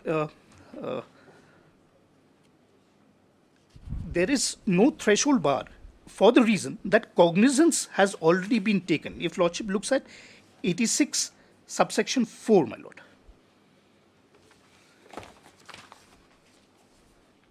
Subsection 4, explanation.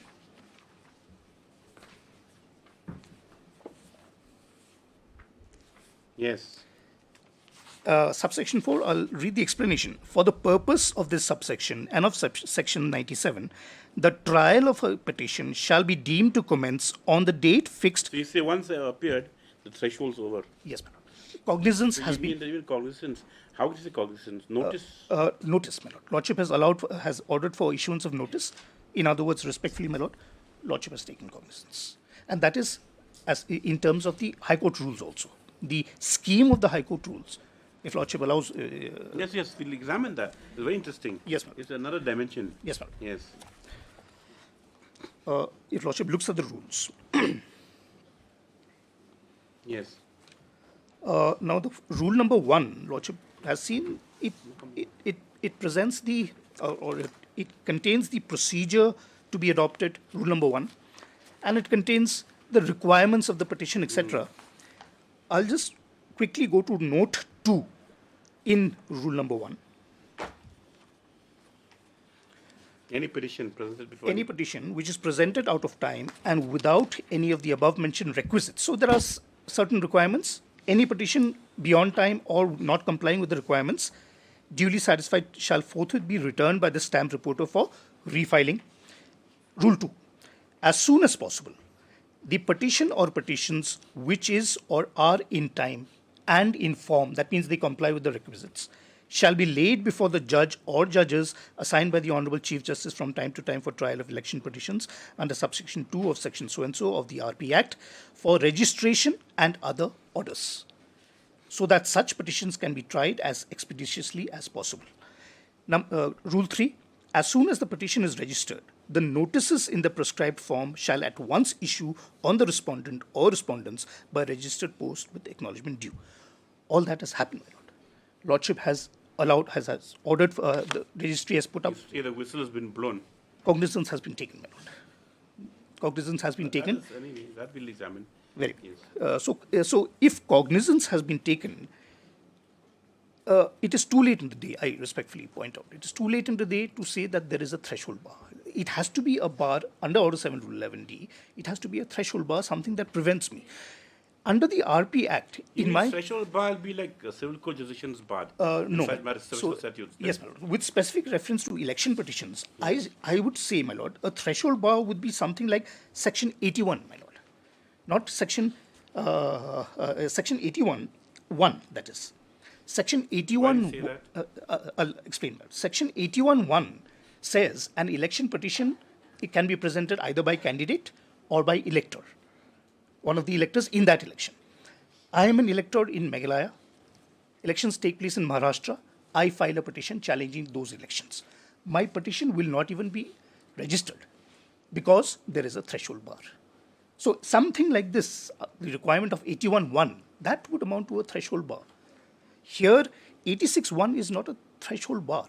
It is a power given to the Honorable High Court that after taking cognizance, upon issue being raised, etc., upon the matter being examined more closely, Lordship can dismiss the matter. But it is not a bar that prevents me from entering the court. So that would be my submission as far as my second leg of argument, as far as Order 7, Rule 11, non-applicability is concerned. My first was... Okay. My first was... only one point out there, so maybe it should be indicated in the plaint. Okay, that we can examine. Yes, ma'am. Court does not really... Anyway, yes, next point. My lord, just on this point, if I'm allowed to just draw an example, a parallel, my lord. There are several statutes, several acts, my lord, where the threshold bar is evident in the act itself. One example, my lord, that comes readily to mind is the Recovery of Debts Due to Banks and Financial Institutions Act of 1994. I don't have it, my lord, but Section 18 is there of that act. Section 18 is very clear. Section 18 says no civil court will entertain any suit in respect of the matters covered under this act. That, my lord, is a bar as contemplated under Order 7, Rule 11D. not a process of interpretation, which the other side That's is... got a special statute, so that there's black and white. Yes. Yes, my lord. Yes, my lord. But my point remains, my lord, it has to be a threshold bar, which in my submission, my lord, is not the case here, my lord. That's my second point, that the petition itself under Order 7 Rule So 11, under 711D is not maintainable because in the plain itself nothing is made out. number one. And number two, the bar which they speak of is, in my humble submission, no bar at all. It is an empowering provision, no doubt, that empowers this Honorable High Court to dismiss my suit. But it is not a dismissal under Order 7 Rule 11D. It is a dismissal under the provisions of the RP Act itself, my lord. That is my second submission. And my third leg of argument, my lord, is on the, if I can say, merits of the matter. They are saying I have not complied with 81.1. I have not presented personally. Yes. They are saying I have not complied with 81.3 because every page has not been attested, true copied. They are saying I have not complied, there is a violation of 82A, Yes. that because other parties, unnecessary parties have been impleaded according to them. And also a small reference was made to non-compliance of Section 83, my lord.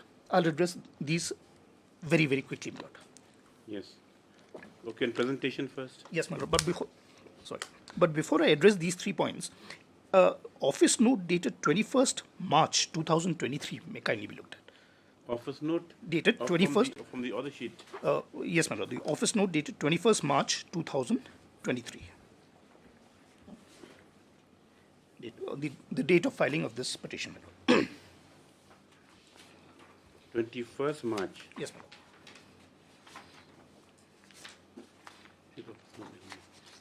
21/3/2023. Located with.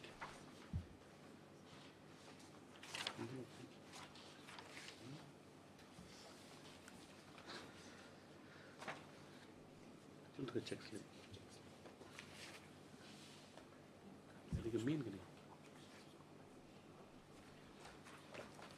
It could be a check slip because this was the date of filing. So sometimes there is a check slip, my lord.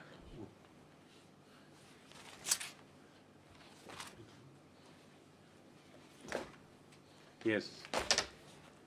Right. Now, this... Some reporter sign.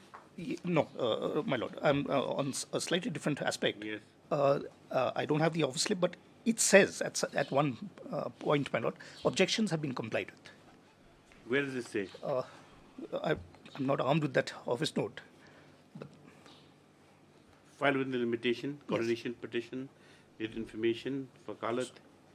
or let me, if I'm All allowed is to... proper. Oh, yes, my lord. If I'm allowed... But this, you see, under election law, Yes, it has a different, requirements are totally different.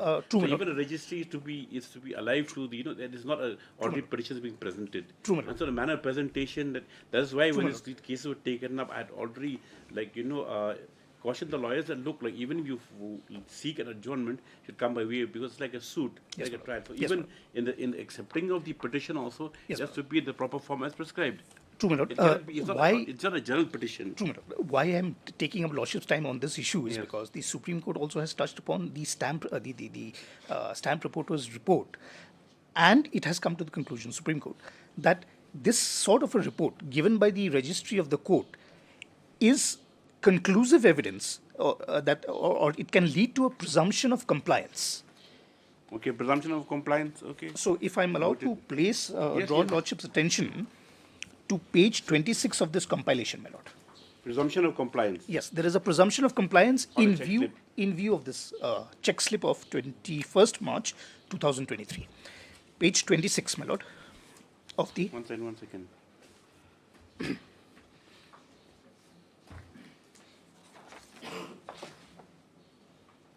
Compilation.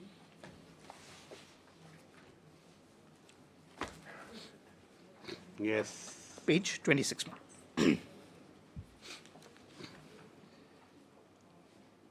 Page 26, my lord, this is 2018 Supreme Court, para 11, my lord.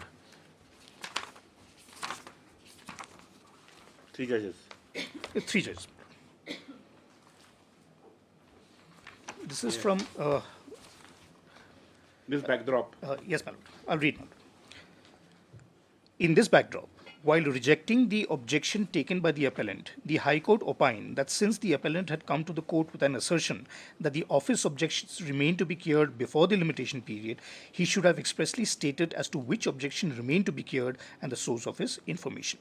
The averments in the application, even if read as a whole and liberally, do not even remotely suggest that such a case has been made out.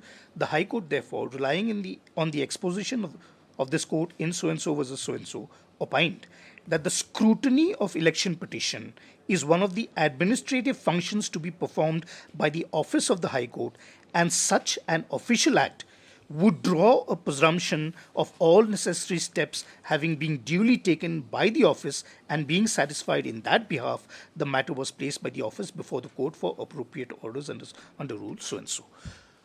This was the view taken by High Court. Para 13, my lord. Supreme Court, I'll read the last line of para 13. We respectfully agree with the said view taken by the High Court. High Court said that there has to be a presumption of compliance if there is a registry's... So as a result, the order rejecting the application under consideration, rejecting a similar kind of challenge. So High Court said, if there is a registry's note, there is a presumption of... Para 12? Para 12, my lord. Whether the rules are parameteria to the rules that we have with the Guwahati High Court? I've read the rules. They're almost parameteria. I'll just read, my lord. We may usefully refer to the rules of the High Court, which may have some bearing on the issue under consideration, namely rule so-and-so, so-and-so. The same reads thus: 272, petition. Every application invoking the jurisdiction of the High Court under section so-and-so of the RP Act shall be by petition addressed to the Honorable Chief Justice and Judges of the High Court. 2. Petition shall comply with the provisions of section 81, 82, 83, 84 of the Act, and the grounds on which the relief are sought shall be clearly stated in the petition, which shall be arranged in suitable paragraphs consecutively numbered. The relief sought should be set out at the end of the petition. Number 3, the full names and the full addresses, etc. Lordship, if I'm allowed to skip and go to 284 first, next page, 284, rule number 284. Petition to be placed for orders if objection not removed. Immediately after the expiration of time fixed for the removal of objections, the petition shall be placed before the judge for appropriate orders. 285. Petition to be placed for orders after removal of office objections. 1. After the removal of office objections, the petitions shall be placed before the judge for consideration. Same with our Rule 2, my lord, Guwahati High Court, as to whether the petition is liable to be dismissed under section so-and-so of the Act. If the petition is not dismissed... This is different. Here they have a scope for, for like placing the matter, for recording the objections and then that being brought to notice of the election petitioner. True, and then if it's not removed, fine. True. But in our case, it's not there. True, It's just one step, that's it. True, my lord, but what I'm relying on more is the principle of the judgment. Of course, analogy. I understand. The principle. If it's gone through the hurdle of the... Yes, ma'am. Now, the thing is that now in this case, it is a slight difference. I will have to agree in the face of the black and white provision. That's why I said CCA provision. Yes, my lord. But the principle is important, my lord, that the presumption of compliance can be drawn if there is... Can the presumption of compliance override statutory, requirements? No, statutory requirements would always prevail. Then? But the now, if the Act itself prescribes a certain method and the rules are framed like under the powers of granted by the Act that prescribes a certain procedure done a certain way. Yes, ma'am. Now, can the court say fine, like so the check slip been given like mechanically by whoever is there at the registry can be accepted?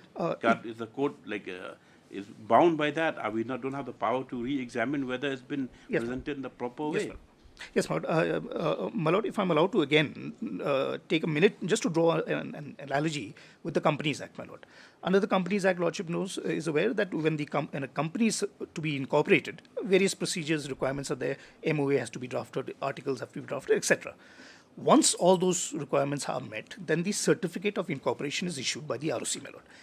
Law under Companies Act, my lord, is that the certificate of incorporation, again, is a presumption of compliance. A certificate of incorporation cannot be challenged and looked behind. So the steps which are to be taken for grant of certificate of incorporation are presumed to have been taken. I submit. Presumption should be given in your presumption favor. Should that, exist. Once the check slip is fine, that it should exist, my lord. This I'm placing for lordship's consideration. it's a novel argument, I know, but it's something that Lordship will have to consider, my Lord. Moving on, my Lord. How much longer are you going to take? Lordship, because there are 3 objections, specific objections, Yes. I will take Like about copies? I will take about 15 minutes, 5 minutes each, my Lord. Section 81(1), my Lord, not presented by the petitioner in person. I will not spend too much time. Lordship has already expressed Lordship's mind that this is an issue of evidence, my Lord. No, statement is rather, the thing is that only that troubles the court is that whether this person who had signed as stamp reporter was the person to where the election petition is presented before. That's the only thing. Lordship, Lordship, the other side will have to give us some credit that we would not be stupid enough to put the name also if that person was not indeed the authorized person, my Lord. No, but it would have been their duty also to verify as to who was the person at that point of time who was the stamp reporter. Lordship. So at the moment, make an allegation that it was not the person as per the rules. Yes. Lordship, at the moment, the situation, if I can sum it up, is it's a situation of the circumstances. It's a situation of I said, he said. I'm saying I was there. She's saying I was not there. It has to come down to evidence, which Lordship has already ordered for in a similar previous case, my Lord. So the difference I would submit between our case and the precedent which they are heavily relying on, that G.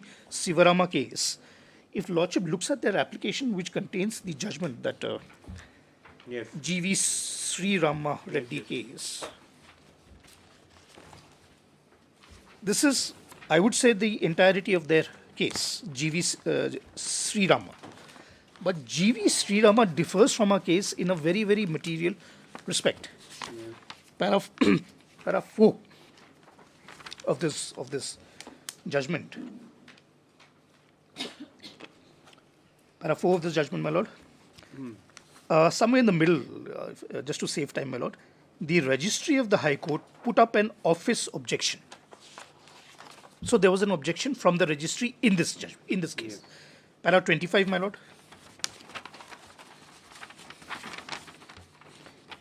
Para 25, in view of the endorsement by the Registrar Judicial on so-and-so that the election petition was presented only by an advocate and not by the election petitioners, we accept the reasoning of the High Court in dismissing the election petition. So there was a specific endorsement by the Registrar which proved the allegation. The court noted that in the earlier case also. My Lord, yes. My Lord. So our case is different, my Lord. Our case, there is no evidence of objection, and it's informed. So presumption should be in your favor. Yes. That everything is okay. Hunky dory. So I'll just take one more minute on this issue, that section 81(1). My friend had also referred to the fact that apparently there is no endorsement by the registry, that date of filing, time of filing, who had filed, etc. There is no endorsement. Yes. Possibly, my Lord. Possibly. Again, I cannot fight with the records. Possibly there is no endorsement. But for that reason, should my election petition be dismissed? Yes.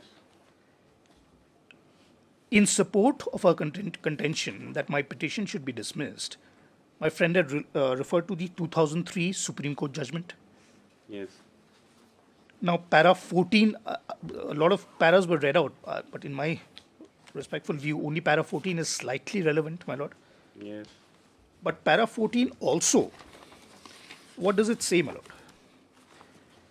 Para 14 only says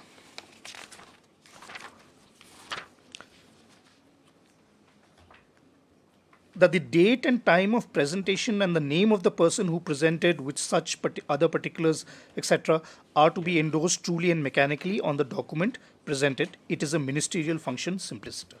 It says that. And there is no dispute with this position. But it does not say something more, in as much as it does. This judgment is not an authority which says that in case such an endorsement is not present, what is the consequence? This is minor, because this just delineates the duties of a judge and registry. True, my Lord. I'm very thankful that Lordship has spoken Lordship's mind on this, because my defense, my response against this is very simple, my Lord.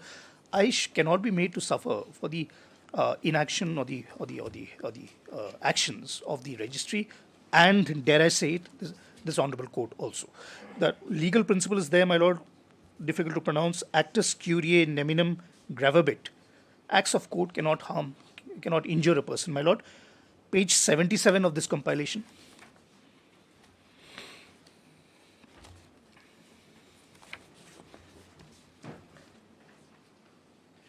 Page 77, 2016 judgment.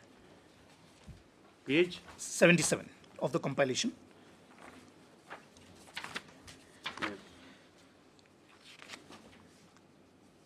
And the relevant portion is at page 99, paragraph 44.3. 99? 99 of my compilation, paragraph 44.3 of the judgment.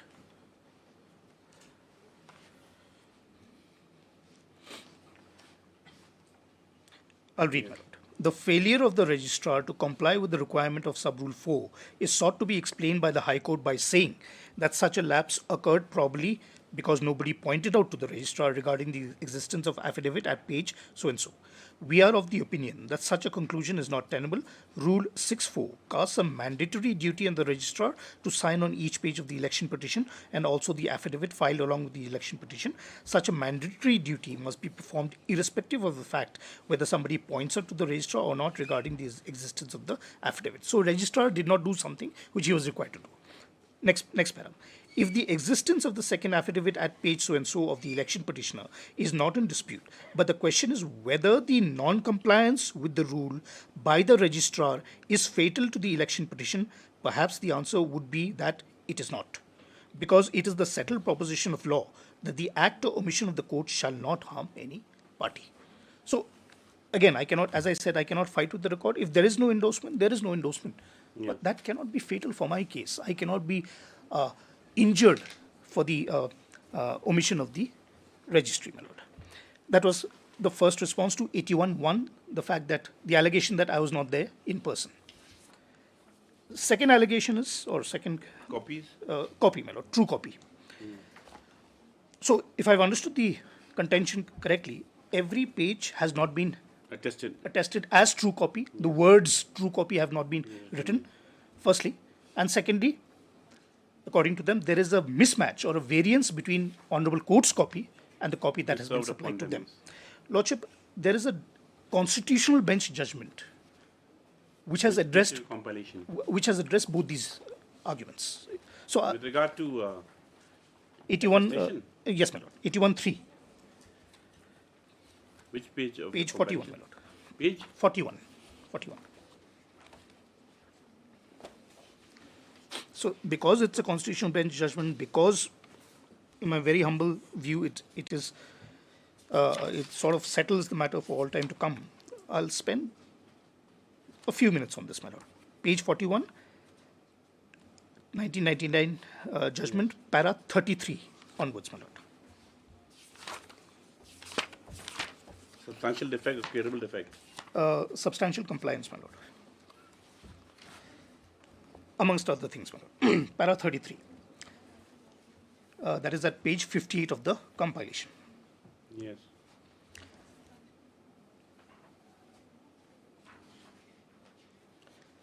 I'll read. Does the word copy occurring in section 81.3 of the Act mean an absolutely exact copy? Or does it mean a copy so true that nobody could by any possibility misunderstand it? This matter is no longer res integra. In so-and-so versus so-and-so, a constitution bench of this court elaborately dealt with this question after referring to a catena of authorities. It was held that the test to determine whether a copy was a true one or not was to find out whether any variation from the original was calculated to mislead a reasonable person. So the variation could exist. To cause mischief. There could be two types of variation, my lord. A conscious variation committed to mislead or to cause mischief, or an unconscious variation, my lord, which has no bearing on the matter, my lord. The variations which they are speaking of, my lord, the simple question that lordship will have to ask is, were the variations calculated to mislead a reasonable person? I am certain, my lord, my friend is a reasonable person. The variations which she speaks of Was she misled by those variations? Was she put in a position where she was led to believe that where she was given a completely different petition? No, my lord. It cannot be. Para 33, my lord. Para 34, my lord. Similar view was reiterated by another constitutional bench in so-and-so versus so-and-so, wherein it was held that the expression copy occurring in section 81(3) of the Act did not mean an exact copy, but only one so true that no reasonable person could by any possibility misunderstand it as not being the same as the original. Agreeing with the view of the constitutional bench in so-and-so versus so-and-so, the constitutional bench in so-and-so case ruled that substantial compliance with section 81(3) was sufficient, and the petition could not be dismissed where there had been substantial compliance with the requirements of section 81(3) of the Act. In line under section 81(1) of the Act, we are in respectful agreement with the view expressed by the constitutional bench in so-and-so. So, second point is there has to be substantial compliance. I submit, my lord, there is substantial compliance. Okay, no, we are most important presentation here. Anyway. Para 35, my lord. Objection of serving a true copy of an election petition and the affidavit filed in support of the allegations of corrupt practices on the respondent in the election petition is to enable the respondent to understand the charge against him so that he can effectively meet the same in the written statement and prepare his defense. The requirement is thus of substance and not of form. The copy I give him or give the other side should enable them to understand my case and to prepare their defense against my case. The fact that notary's sign was not there, one signature was missing from these, my lord, will not prevent them from understanding my case or setting up a defense against my case. Para 37, my lord. Para 37 is fairly big. I'll just go to the next page with Lordship's permission. Above, above the dotted line, my lord, on the next page, defects in the supply of true copy, my lord. Middle of the page, there is a dotted line. Above that, my lord, defects in the supply of true copy. Yes. I'll read, my lord. Defects in the supply of true copy under section 81 of the Act may be considered to be fatal where the party has been misled by the copy on account of variation of a material nature in the original and the copy supplied to the respondent. That's not the case here, my lord. There is no such material variation. And lastly, my lord, para 39. I'll read, my lord. Applying the test as laid down in Murarka so-and-so case to the fact situation of the present case, we come to the conclusion that the defects complained of in the present case were not such as could have misled the appellant at all. The non-mention of the name of the notary or the absence of the stamp and seal of the notary, same in the otherwise true copy supplied to the appellant, could not be constituted to be an omission or variation of a vital nature, and thus the defect, if at all, could be constituted as a defect, was not a defect of any vital nature, attracting the consequences of section so-and-so of the Act.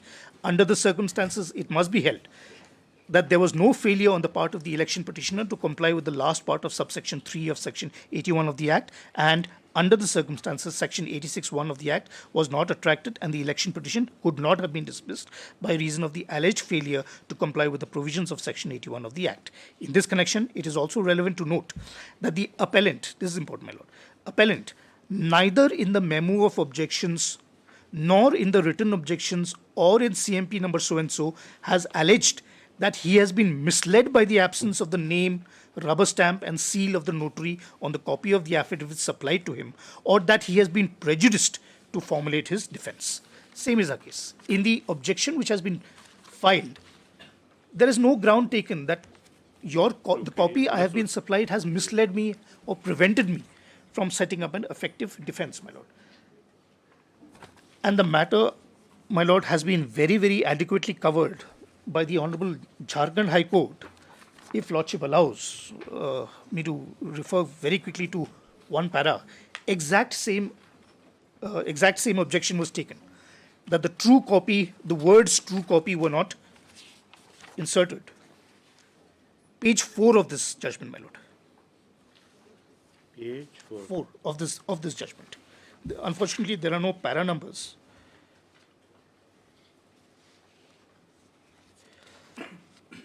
page 4 of this judgment, Lordship, just to save time, I'll read only the last line, my lord.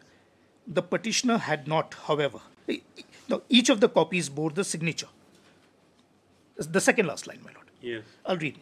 Each of the copies bore the signature of the petitioner. The petitioner had not, however, inserted the words true copy before or above his signature. On the said fact, the Honourable Supreme Court, without going into the question whether Section 81(3) of the Central Act or any portion of it was merely directory or mandatory, held that the signatures in original found on the copies were intended to authenticate the documents to which they were appended, and that, in the circumstances of that case, the absence of the words true copy above the signature of the election petitioner in the copies was not fatal, and hence the court has held that there was substantial compliance with the requirement of Section 81(3) of the Central Act. Here in the instant case, the documents appended to, though have been attested to be true copies, but every page of the petition accompanied by original copy did not bear the attestation true copy of the petition, though on each and every page signature of the petitioner is there. Same with our case.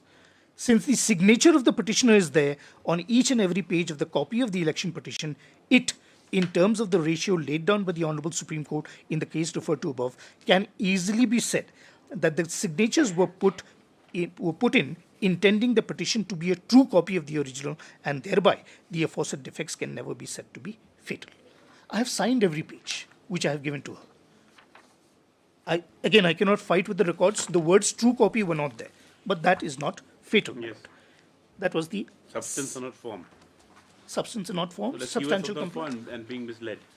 There's no allegation, there's no contention that they were misled.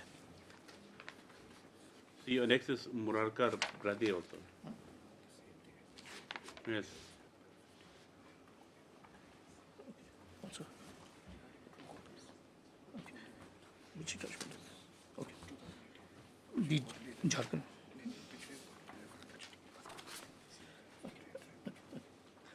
Lordship, that was the second point that was taken, that true copy, the words were missing. That's not relevant or material, my lord. The third point objection taken was misjoinder. Yes. Of parties. 82A says make the elector a party or the candidate a party. I have made the election commissioner a party. They have raised objections saying that my petition should be dismissed, my lord. Lordship, page 65, my lord. I will not, of the compilation. Yes. Page 65, my lord. Para 7. Yes. 1964 Supreme Court. Para 7 of this judgment, my lord. This again is a full court decision, my lord. You relied on that, the earlier judgment. So yes. Para? 7, my lord.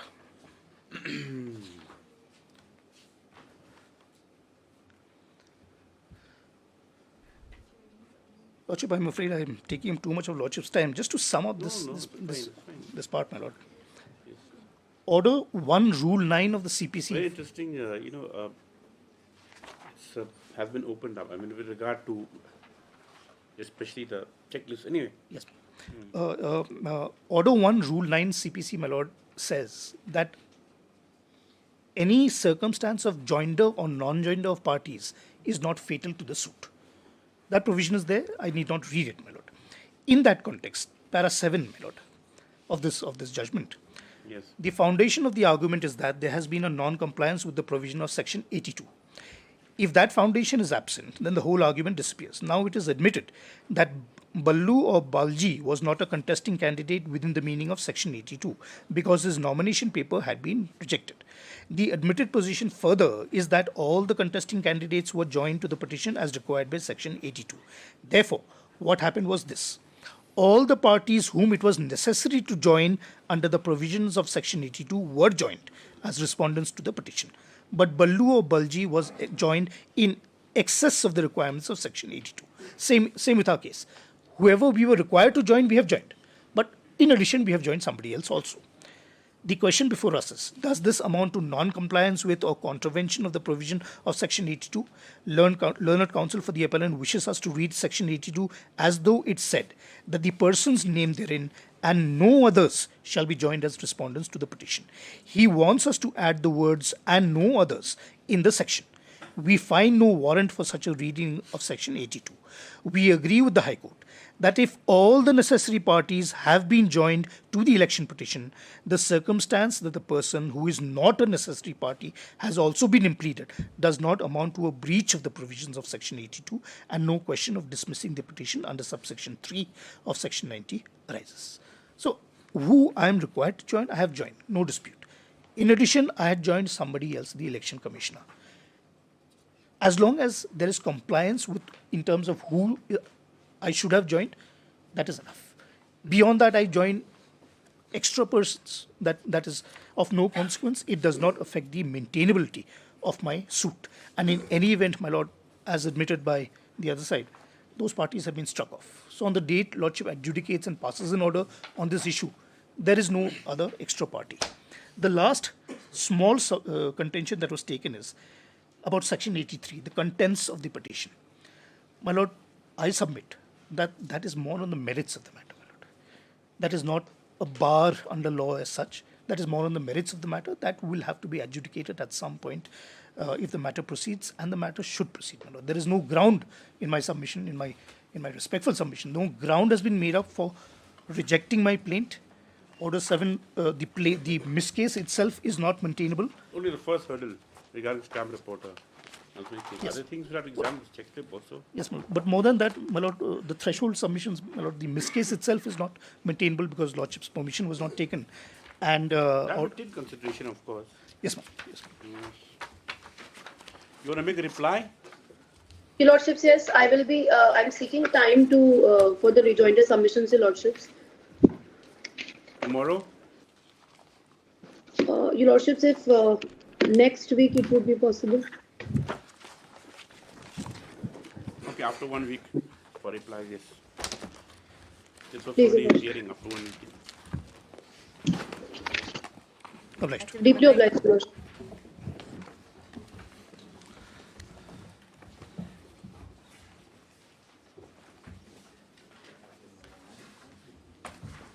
May I please, Your Lordship? Entering for respondent, Your Lordship.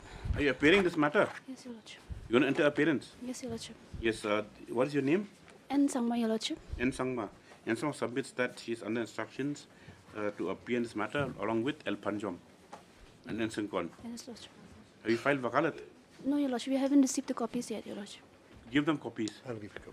Mr. Pigawar undertakes to furnish copies of the petition to MS N. Sangma within the course of the day. Your Lordship, for item number 35, Your Lordship, similar matter, Your Lordship. Yeah, 35 we'll list together, yes. Just to get item 35 in the next date. Highly obliged, Lordship. Item number 10. You give copies. Yeah.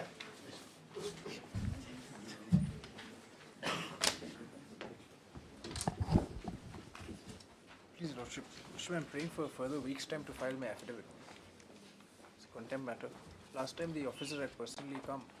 Pray for a week's time to put it on affidavit. Why? If he comes personally, that means that No, you get more time to file affidavit. Already paid, my lord. Already paid? No, Lordship. Not paid? No, Lordship. I may be allowed to put it on affidavit. It's paid, my lord. Mr. Estep prays for about 1 week further time to file affidavit indicating compliance. Yes. 11.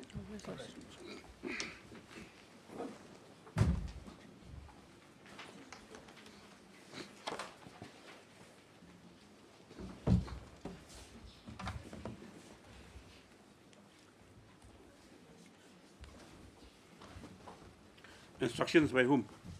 Who's appearing for the state? Mr. Sheikh, yes. Yeah, so far as the release of the pension is concerned, we don't have any objection, not only with regard to the change of nomination, Lordship, because they cannot change the nomination, Lordship, because nomination can only be changed, Lordship, on 2 accounts, Lordship, either death of the wife or if there is a decree from the court, Lordship, decree of divorce, Lordship. What's his position here? Lordship, for respondent number 4, the first wife of the petitioner, Lordship. So, a marriage was conducted, Lordship. No. Why? What is the case about? You You change nominations. No, Your Lordship. The case is Release of the pension, Lordship. we have raised the objection saying that because they have submitted 2 sets of nomination. Yes. First wife as well as the second wife. Later on, they have given one representation before the authority. Now, nominating whom? The first wife, second wife? Second wife, Lordship. Nominating you? No, You're the first wife. I'm the first wife. So what is the Now that representation was rejected recently, Lordship, saying that the On? matter is sub judice before this court. Yes. Now they are seeking the change of nomination as well as the release of the pension. They nominated respondent number 4 first. Yes, Lordship. Your name was there earlier on. Yes. Now they need to change. Long What- before, Lordship, my name was already there. My name as my daughter's name was there. Long before.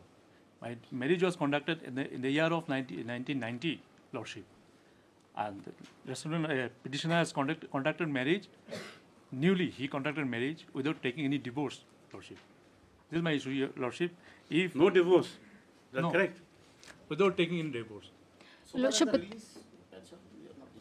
Your Lordship, but this is the matter concern is about my pension, Your Lordship. No, of course. But then did you now change nomination? Are you still married to the respondent number 4? We've been living separately, Your Lordship, since 2017. Deserted, Your Lordship, since Who 2017. deserted? You deserted or? I deserted. You deserted? Actually. Yes, Your Lordship. Very good. That means. No, Your Lordship. But then, Your Lordship, the question, the matter of concern here is my pension, Your Lordship, which I'm eligible to get, Your Lordship. The question of maintenance and question of divorce is a different aspect, Your Lordship. Nomination, she's still alive, the employee. Yes, Your Lordship. Then you pay the pension to the employee. That's what, Your Lordship. That's What's the problem regarding nomination? Lordship, they have submitted 2 sets of nomination, Lordship. So that was the reasons for not releasing the pension, Lordship. Who's Sankari Barman? Sankari Barman is the first wife, Lordship. The Sankari Barman. They want to strike out. They want to strike out my name, Lordship. Have you filed affidavit? Yes, Lordship. I already filed it. Where's your senior? He's not feeling well, Your Lordship. He's feeling well. When's he going to be here? Then we'll take up this matter. Okay. Yes, Mr. S.A. Sheikh submits instructions that the state respondents have no issue releasing the pension to the petitioner. However, with regard to nominations, the same cannot be accepted in view of the current situation. Stop. This is matter. We listed matter for addition hearing. This matter for orders, I think, listed after 1 week. Tell us here to come. Oblige. Item number 12.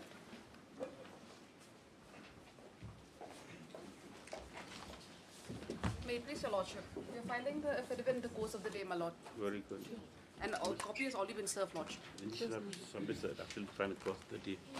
You want to file a joinder? Yes, Lordship. Yes, or 2 weeks for the joinder, yes. Much obliged, Lordship. 13.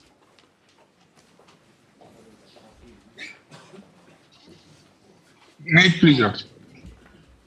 Yes. Lord, we will be seeking some more time to file reply in this matter, my Lord. This is relating to the issue the recruitment of teachers having diploma of 18 months, my Lord, and they are in service, my Lord, and they have got the diploma of 18 years. And the earlier also private respondents have also sought time, my Lord, Mr. Sheikh, to file.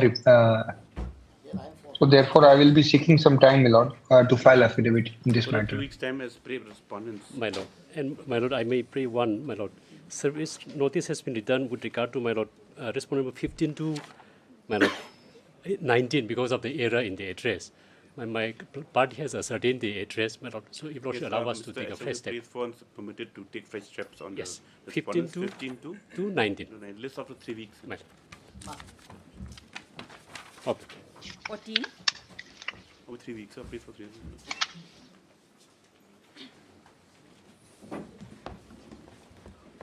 What is this? May it please your Lordship. Lordship, we have received the affidavit filed by the respondent number 2, Your Lordship. So we require Just 2 now? weeks. Yes, yes, Your Lordship. Yeah, please, Lordship. I mean, for respondent number 5, I pay further 2 weeks more time. Why? You are whom? Number 5 is whom? Managing committee? Secretary of Managing Committee. Yes, the state respondent to file affidavit. You want for the agenda? Yes, Your Lordship. Ms. Bijurwa, please for allowed 2 weeks time for the agenda. Mr. Coach for 5 to file the others in the meantime. Yes. Much obliged, Lordship. 15.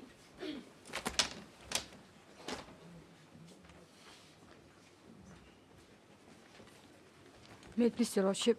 Your Lordship, we have already rectified the name of the respondent number 1, Your Lordship, and also supplied the fresh You'll copy accept to the notice, file respondent. affidavit. MS Ranjaji has accepted notice on behalf of the correct respondent number 1. She prays for the Lord 2 weeks time to take instructions to file affidavit. Yes. 16. May it please, Your Lordship. In item 16, my lord, contempt has been filed Yes. for disobedience of your lordship's order. Kindly see your lordship's order, my lord. Yes. Because there are certain facts which were not placed before your lordship and it led to passing of this order, my lord. And kindly see the order, your lordship. The order is, because I don't have contempt petition, copy has not been served yet, but kindly see the last paragraph of your lordship's order. Accordingly, the writ petition is disposed of by directing the state respondent to consider the promotion of writ petitioner based on an undertaking given in the representation dated 14 July 2023. The matter should be completed as expeditiously as possible, my lord. Now, if your lordship will see what is the undertaking, there are 2 petitioners. If your lordship will see the order from beginning, paragraph 2, my lord. Yes. The Lieutenant Counsel has drawn the attention of this court to the joint representation made by the petitioner in both the petitions, which is annexed at Annex 14, which is dated so and so. It is submitted that at para 16 and 22 thereof, the said representation, these petitioners have given undertaking that they will be willing to accept respective seniority position as may be determined by the department if the department considers their prayer for promotion at the earliest. He therefore submits a hindrance at reflected in para 10 of the affidavit will be overcome by undertaking that has been given by 2 petitioners under the consideration for promotion, my lord. So there are 2 petitioners. They are giving the undertaking before your lordship that they will accept the decision of the department, my lord. And based on that, they should be given promotion, my lord. The most important and fundamental aspect is, my lord, is that there is no service rule which was concerning, and there was no post also. Because, my lord, there was no post. So, but what we have done in the meantime, my lord, that we have got the service rule of Urban Affairs Department approved by the cabinet on 14th March, my lord. Okay. Yes. And 14th March, and then the post has been, there is no post, my lord. If there is no post, what promotion? If the 2 persons come before your lordship, give me promotion because we are accepting it, my lord. So therefore, where is the contempt, my lord? And then if the post is created, then thereafter a departmental promotion committee will sit, and then thereafter consideration, if they meet the requirement, they will be entitled to promotion, my lord. That is the law. But so therefore, in my humble submission, my lord, where is the contempt? There is no contempt, my lord. I'll file the that rules affidavit. have been approved, file affidavit. Yes, Mr. Yes, I'll Thomas, file. and the parents on behalf of the respondents, prays for and is allowed 2 weeks time to file affidavit. Yes. First time you're appearing also? First time. Yeah, first time, my lord, because I don't have, let the copy be served on the Office of Advocate General. Difficulty is copy in all contempt matter, what is happening that they have received it on Friday only, my lord. So if the copy is served in advance, we can take steps and we can file the reply so that matter can be disposed of at the earliest. Raise counsel to serve copy on MS that no country. Yes. 18.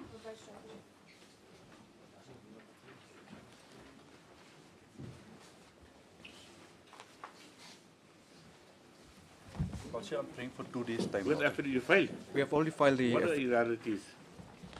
I may They're take still your lordship. mistreating you. Yes, my lord. They have withdrawn another amount of 31,500. I'll file a reply to that affidavit. When? Tomorrow? Lordship, within 2 days. Within 2 days? Lordship.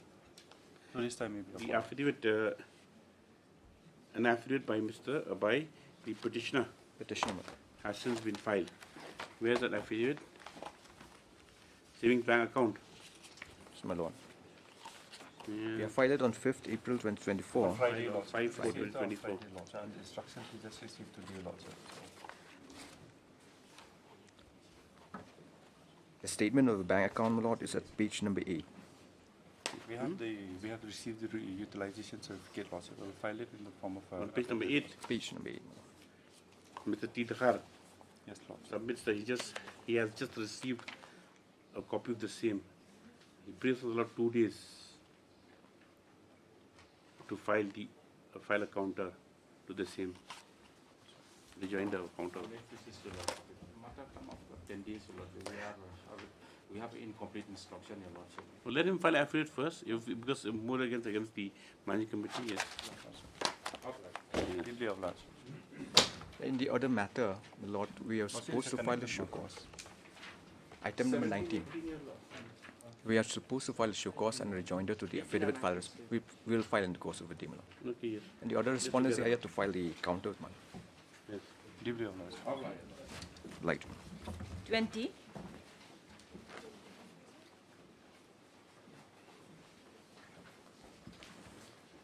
May it please your Lordship.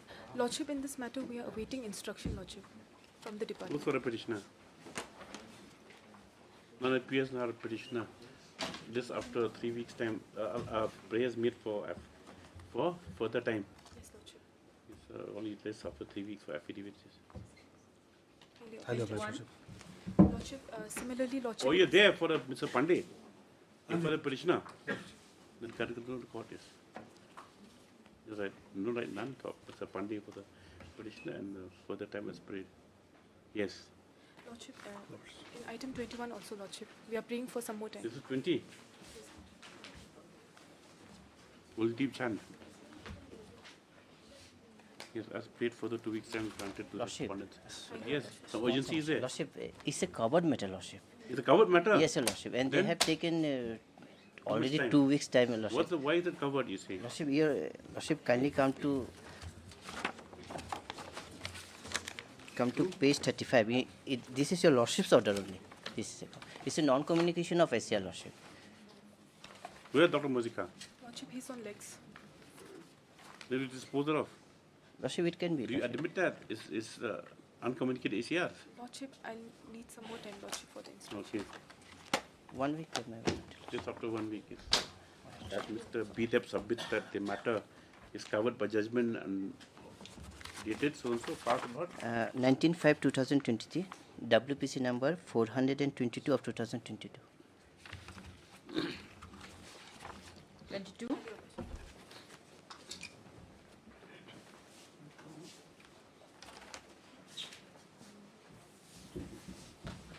May it please your Lordship. You issue notice?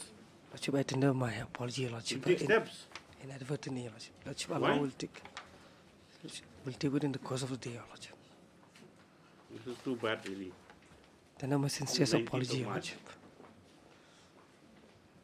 Ms. S. Kriam submits that due to inadvertence, steps were not taken on spot number 6. He prays for around 1 week's time to take steps. Yes? Your Lordship, I've received instructions in this matter, Your Lordship. Here, no new land is required. We're just expanding the existing road that is there. Next line submits that instruction be received and after it be filed accordingly within 2 weeks. 2 weeks. Yes. Authorized, Your Lordship. Yes. Hearing, item 23. In this matter, my Lord, we have received the records, my Lord. It's a voluminous and bulky, my Lord. We have to properly index it, my Lord. So, Your Lordship, kindly give me some time to place it by way of index before Your Lordship, because it's a... Mr. A. Kumar Archival submitted that the records have since been retrieved. Yes, my Lord. They have been received, but as they are very voluminous, he prays him allowed 2 weeks' time to index the same for presentation, yes, before the court. According to this matter of 2 weeks, yes. 24. Lord, 24 to 29 are a transfer petition matters, my Lord. Yes, you have to be here personally. We'll take it up. Where's the other councils? I don't join this matter any longer also. Yes, ma'am. Yes, my Lord. We'll take a fixed date after the little holidays we have. Yes, my Lord. Today is the 18th. Yeah, by consent. 8. The party My Lord, the matter yeah. be taken up on 18th. Yes. Yes. Your Lordship may have it on Monday. 18 is Friday, Your Lordship. Monday, that will be 21st. 21st is Sunday. Sorry, 22nd, my Lord. 22nd. 22nd. Yes, yeah, 22nd. All right.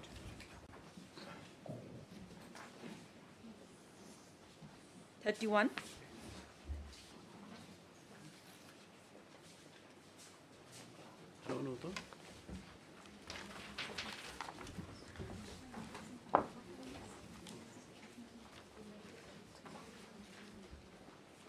What instruction you receive, Abbas Lingua? Yes, Who the parents matter? Your Lordship, it's the sponsoring body, Your Lordship, nominates the president. That is as per the... Person body is general public. Yes, Your Lordship. That is as per the telephonic instruction. We did not receive any instruction officially because they are on election duties, Your Lordship. It's not by state respondents. For the state respondent. No, it's not by the state respondents nomination, it's by the sponsoring body.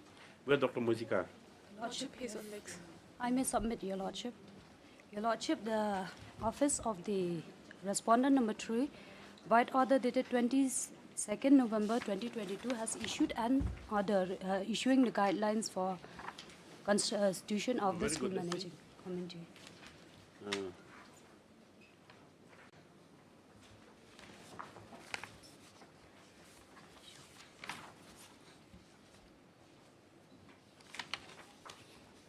Ms. Alingwa, the counsel for the state respondent 1 to 3 has submitted instructions that Telephonic instructions. has submitted on instructions that the present secretary and managing committee of aided schools is nominated by the sponsoring body itself. So has also produced Ms. Arkarshian, Arke Karshian, Arkashiyang, Aro Arke, Arke, Arkashiyang. MS Arkarshian has also produced an office order dated 22nd November 2012, whereby, where does it say President and Secretary? This guidelines shall come into force with immediate. General meeting of the school shall be convened by the principal headmasters of the school, where, Your Lordship, point 3, Your Lordship, composition of the managing committee.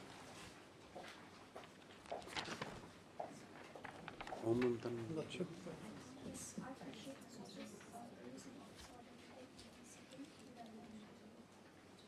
Which prescribe procedures and guidelines for holding of school general meeting, for election and selection of members of school management committee. The same is taken on board and made part of the record. This is matter after when? After 1 week? Lordship, 2 weeks, Lordship. 2 weeks. For further hearing. 33, Highly obliged. That has been resolved, so we can go ahead. Dr. Mazika still on legs. Yes. Adjournment. Yes. Your Lordship, the conducting council is not keeping well. Who's conducting council? Shantanu, Advocate Shantanu. Shantanu. Shantru? Shantanu. No, his surname. The name is reflecting Shantanu. I'm not. Advocate Amit Joshi also. Okay.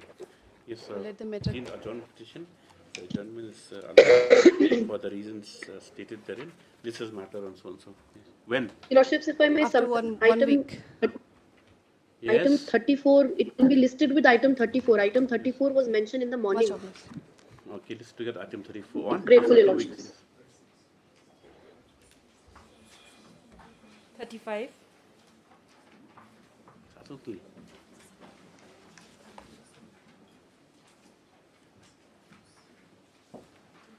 Where was the Bora?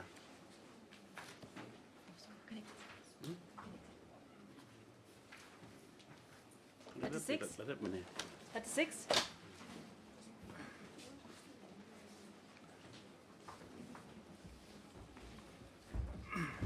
What happened? You My haven't lord, paid her? No, we have paid, my lord, and then we have also filed our affidavit to bring Compliance. out You've seen compliance. it? And however, my lord, there was little confusion with the affidavit. Little confusion with the salary, my lord, because we are saying that the salary, because this is an SSA, it is supposed to go directly to the accounts of the teacher. So therefore, we stand our ground that the money is with the project officer, and on the last date, my lord, it was directed to the parties to take instructions on this aspect, my lord. So now, my lord, my difficulty is that it seems that there's a change of the secretary in my school. I am not able to. You got money? No, my lord. What no? You got 1,96,000, correct? That is money, but the remaining is the date of termination, my lord. How much remaining as per your own calculation? My lord, if you take a look at the para 9 of my rejoinder, my lord, I've just made. Now, what is the calculation? I have not made a calculation, my lord. You not made the calculation. You don't know how much money you have to get also. It's effect from the 6/4/2017. This is by rejoinder. This filed on 28 November 23 rejoinder. And when did you file your affidavit? My lord, we have filed our affidavit since November. 7 November 2023, my lord. Since November, my lord.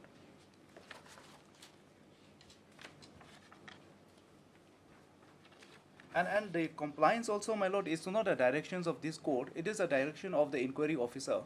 And my lords have just said that. Naturally, that becomes out of the court also. Yes, my lord. Merges. Yes, my lord.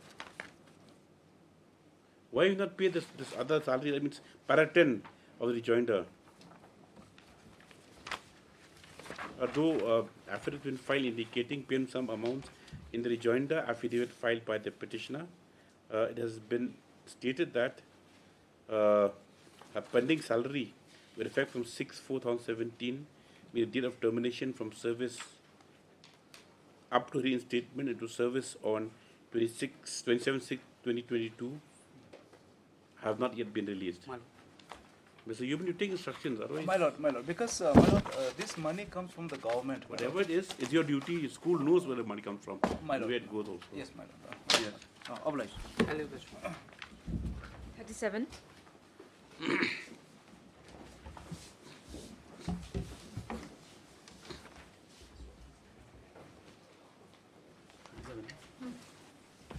Lordship, this is a matter when the petition is seeking for DCRG, Lordship. Here, Lordship, if Lordship allows me one submission, Lordship, I am in position of office order issued by the state respondent, Lordship. Can I?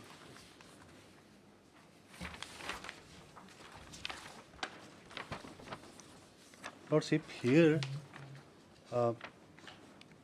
this is an order confirming that DCRG has been enhanced from 3,50,000 to 10 lakh, Lordship, with effect from 1/1/2017, Lordship. Service book now.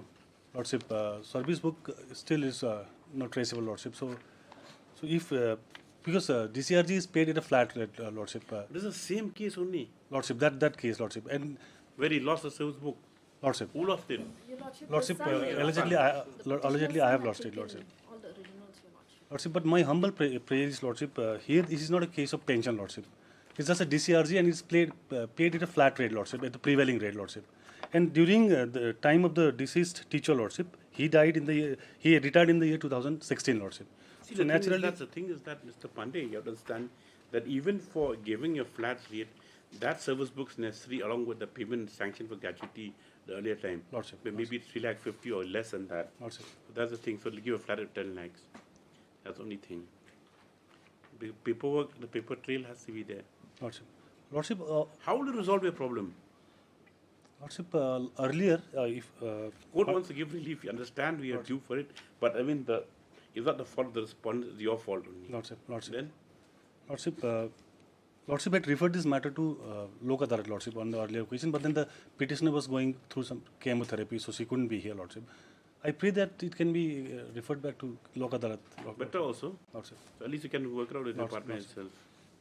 Yes, Mr. Pandey has produced a communication dated 24th Jan 2024, whereby the DCRG, in respect of deficit secondary higher secondary schools and non-government lower primary and upper primary schools, and the deficit system has been raised from 3,50,000 to 10 lakhs. Stop. However, to Stop. Next paragraph. Though this is a welcoming feature, in the case of the petitioner, due to the unavailability of the service book, the same cannot be ordered by the Director's Court to be paid unilaterally by the respondents. Stop. The respondents to try and resolve the issue. The parties pray that the same be paid for the next Lok Adalat to enable the petitioner to come and present her case personally. Yes, the notice is acceded to, or the request acceded to. A copy of the communication dated 24 Jan 2024.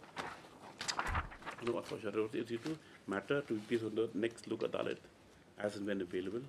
Copy communication is taken and made part of the record. Yes. Registry to act accordingly. Yes. Deeply obliged, Lordship. 41. Okay.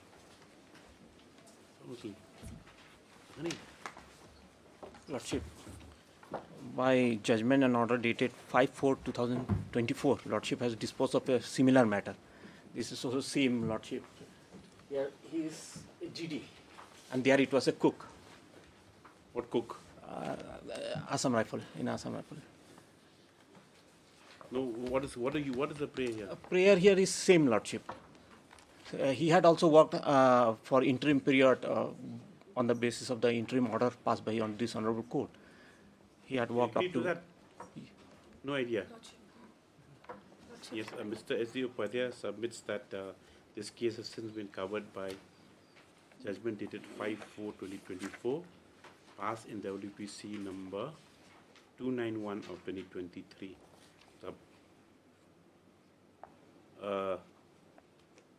Next, as Dr. N. Muzika not presently, this is matter on Wednesday. Yes. 45. 45.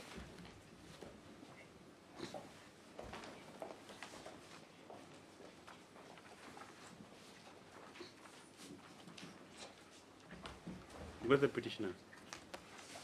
What's the matter about? This is pertaining to approval of the petitioner's appointment as assistant teacher, Lordship. What instructions do you have? Lordship, that she had received her OBC certificate actually from Assam, not from Meghalaya, Lordship. Where's the petitioner? Can happen another day, Lordship.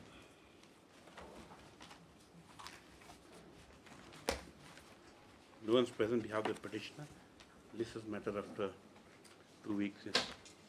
Much obliged, Lordship. Lordship, I'm appearing on behalf of the petitioner, item number 45. Just now? Yes, Your Lordship. Then what are you sleeping? No, Your Lordship. I was outside consulting with my senior. You ready? Yes, no, Your Lordship. We are praying for 2 weeks' time. Okay, then what's your name? L. Langi. Lani? Langi, yes. How do you spell it? Langi. L-A-N? Gi. G-I? Yes, Your Lordship. I've never heard of this title. We Where are is it from? From Umulang, Your Lordship. Langi? West Giant Hills. Right, okay, at the request of the council petitioner. So this is matter for 2 weeks, yes. Highly obliged, Your Lordship.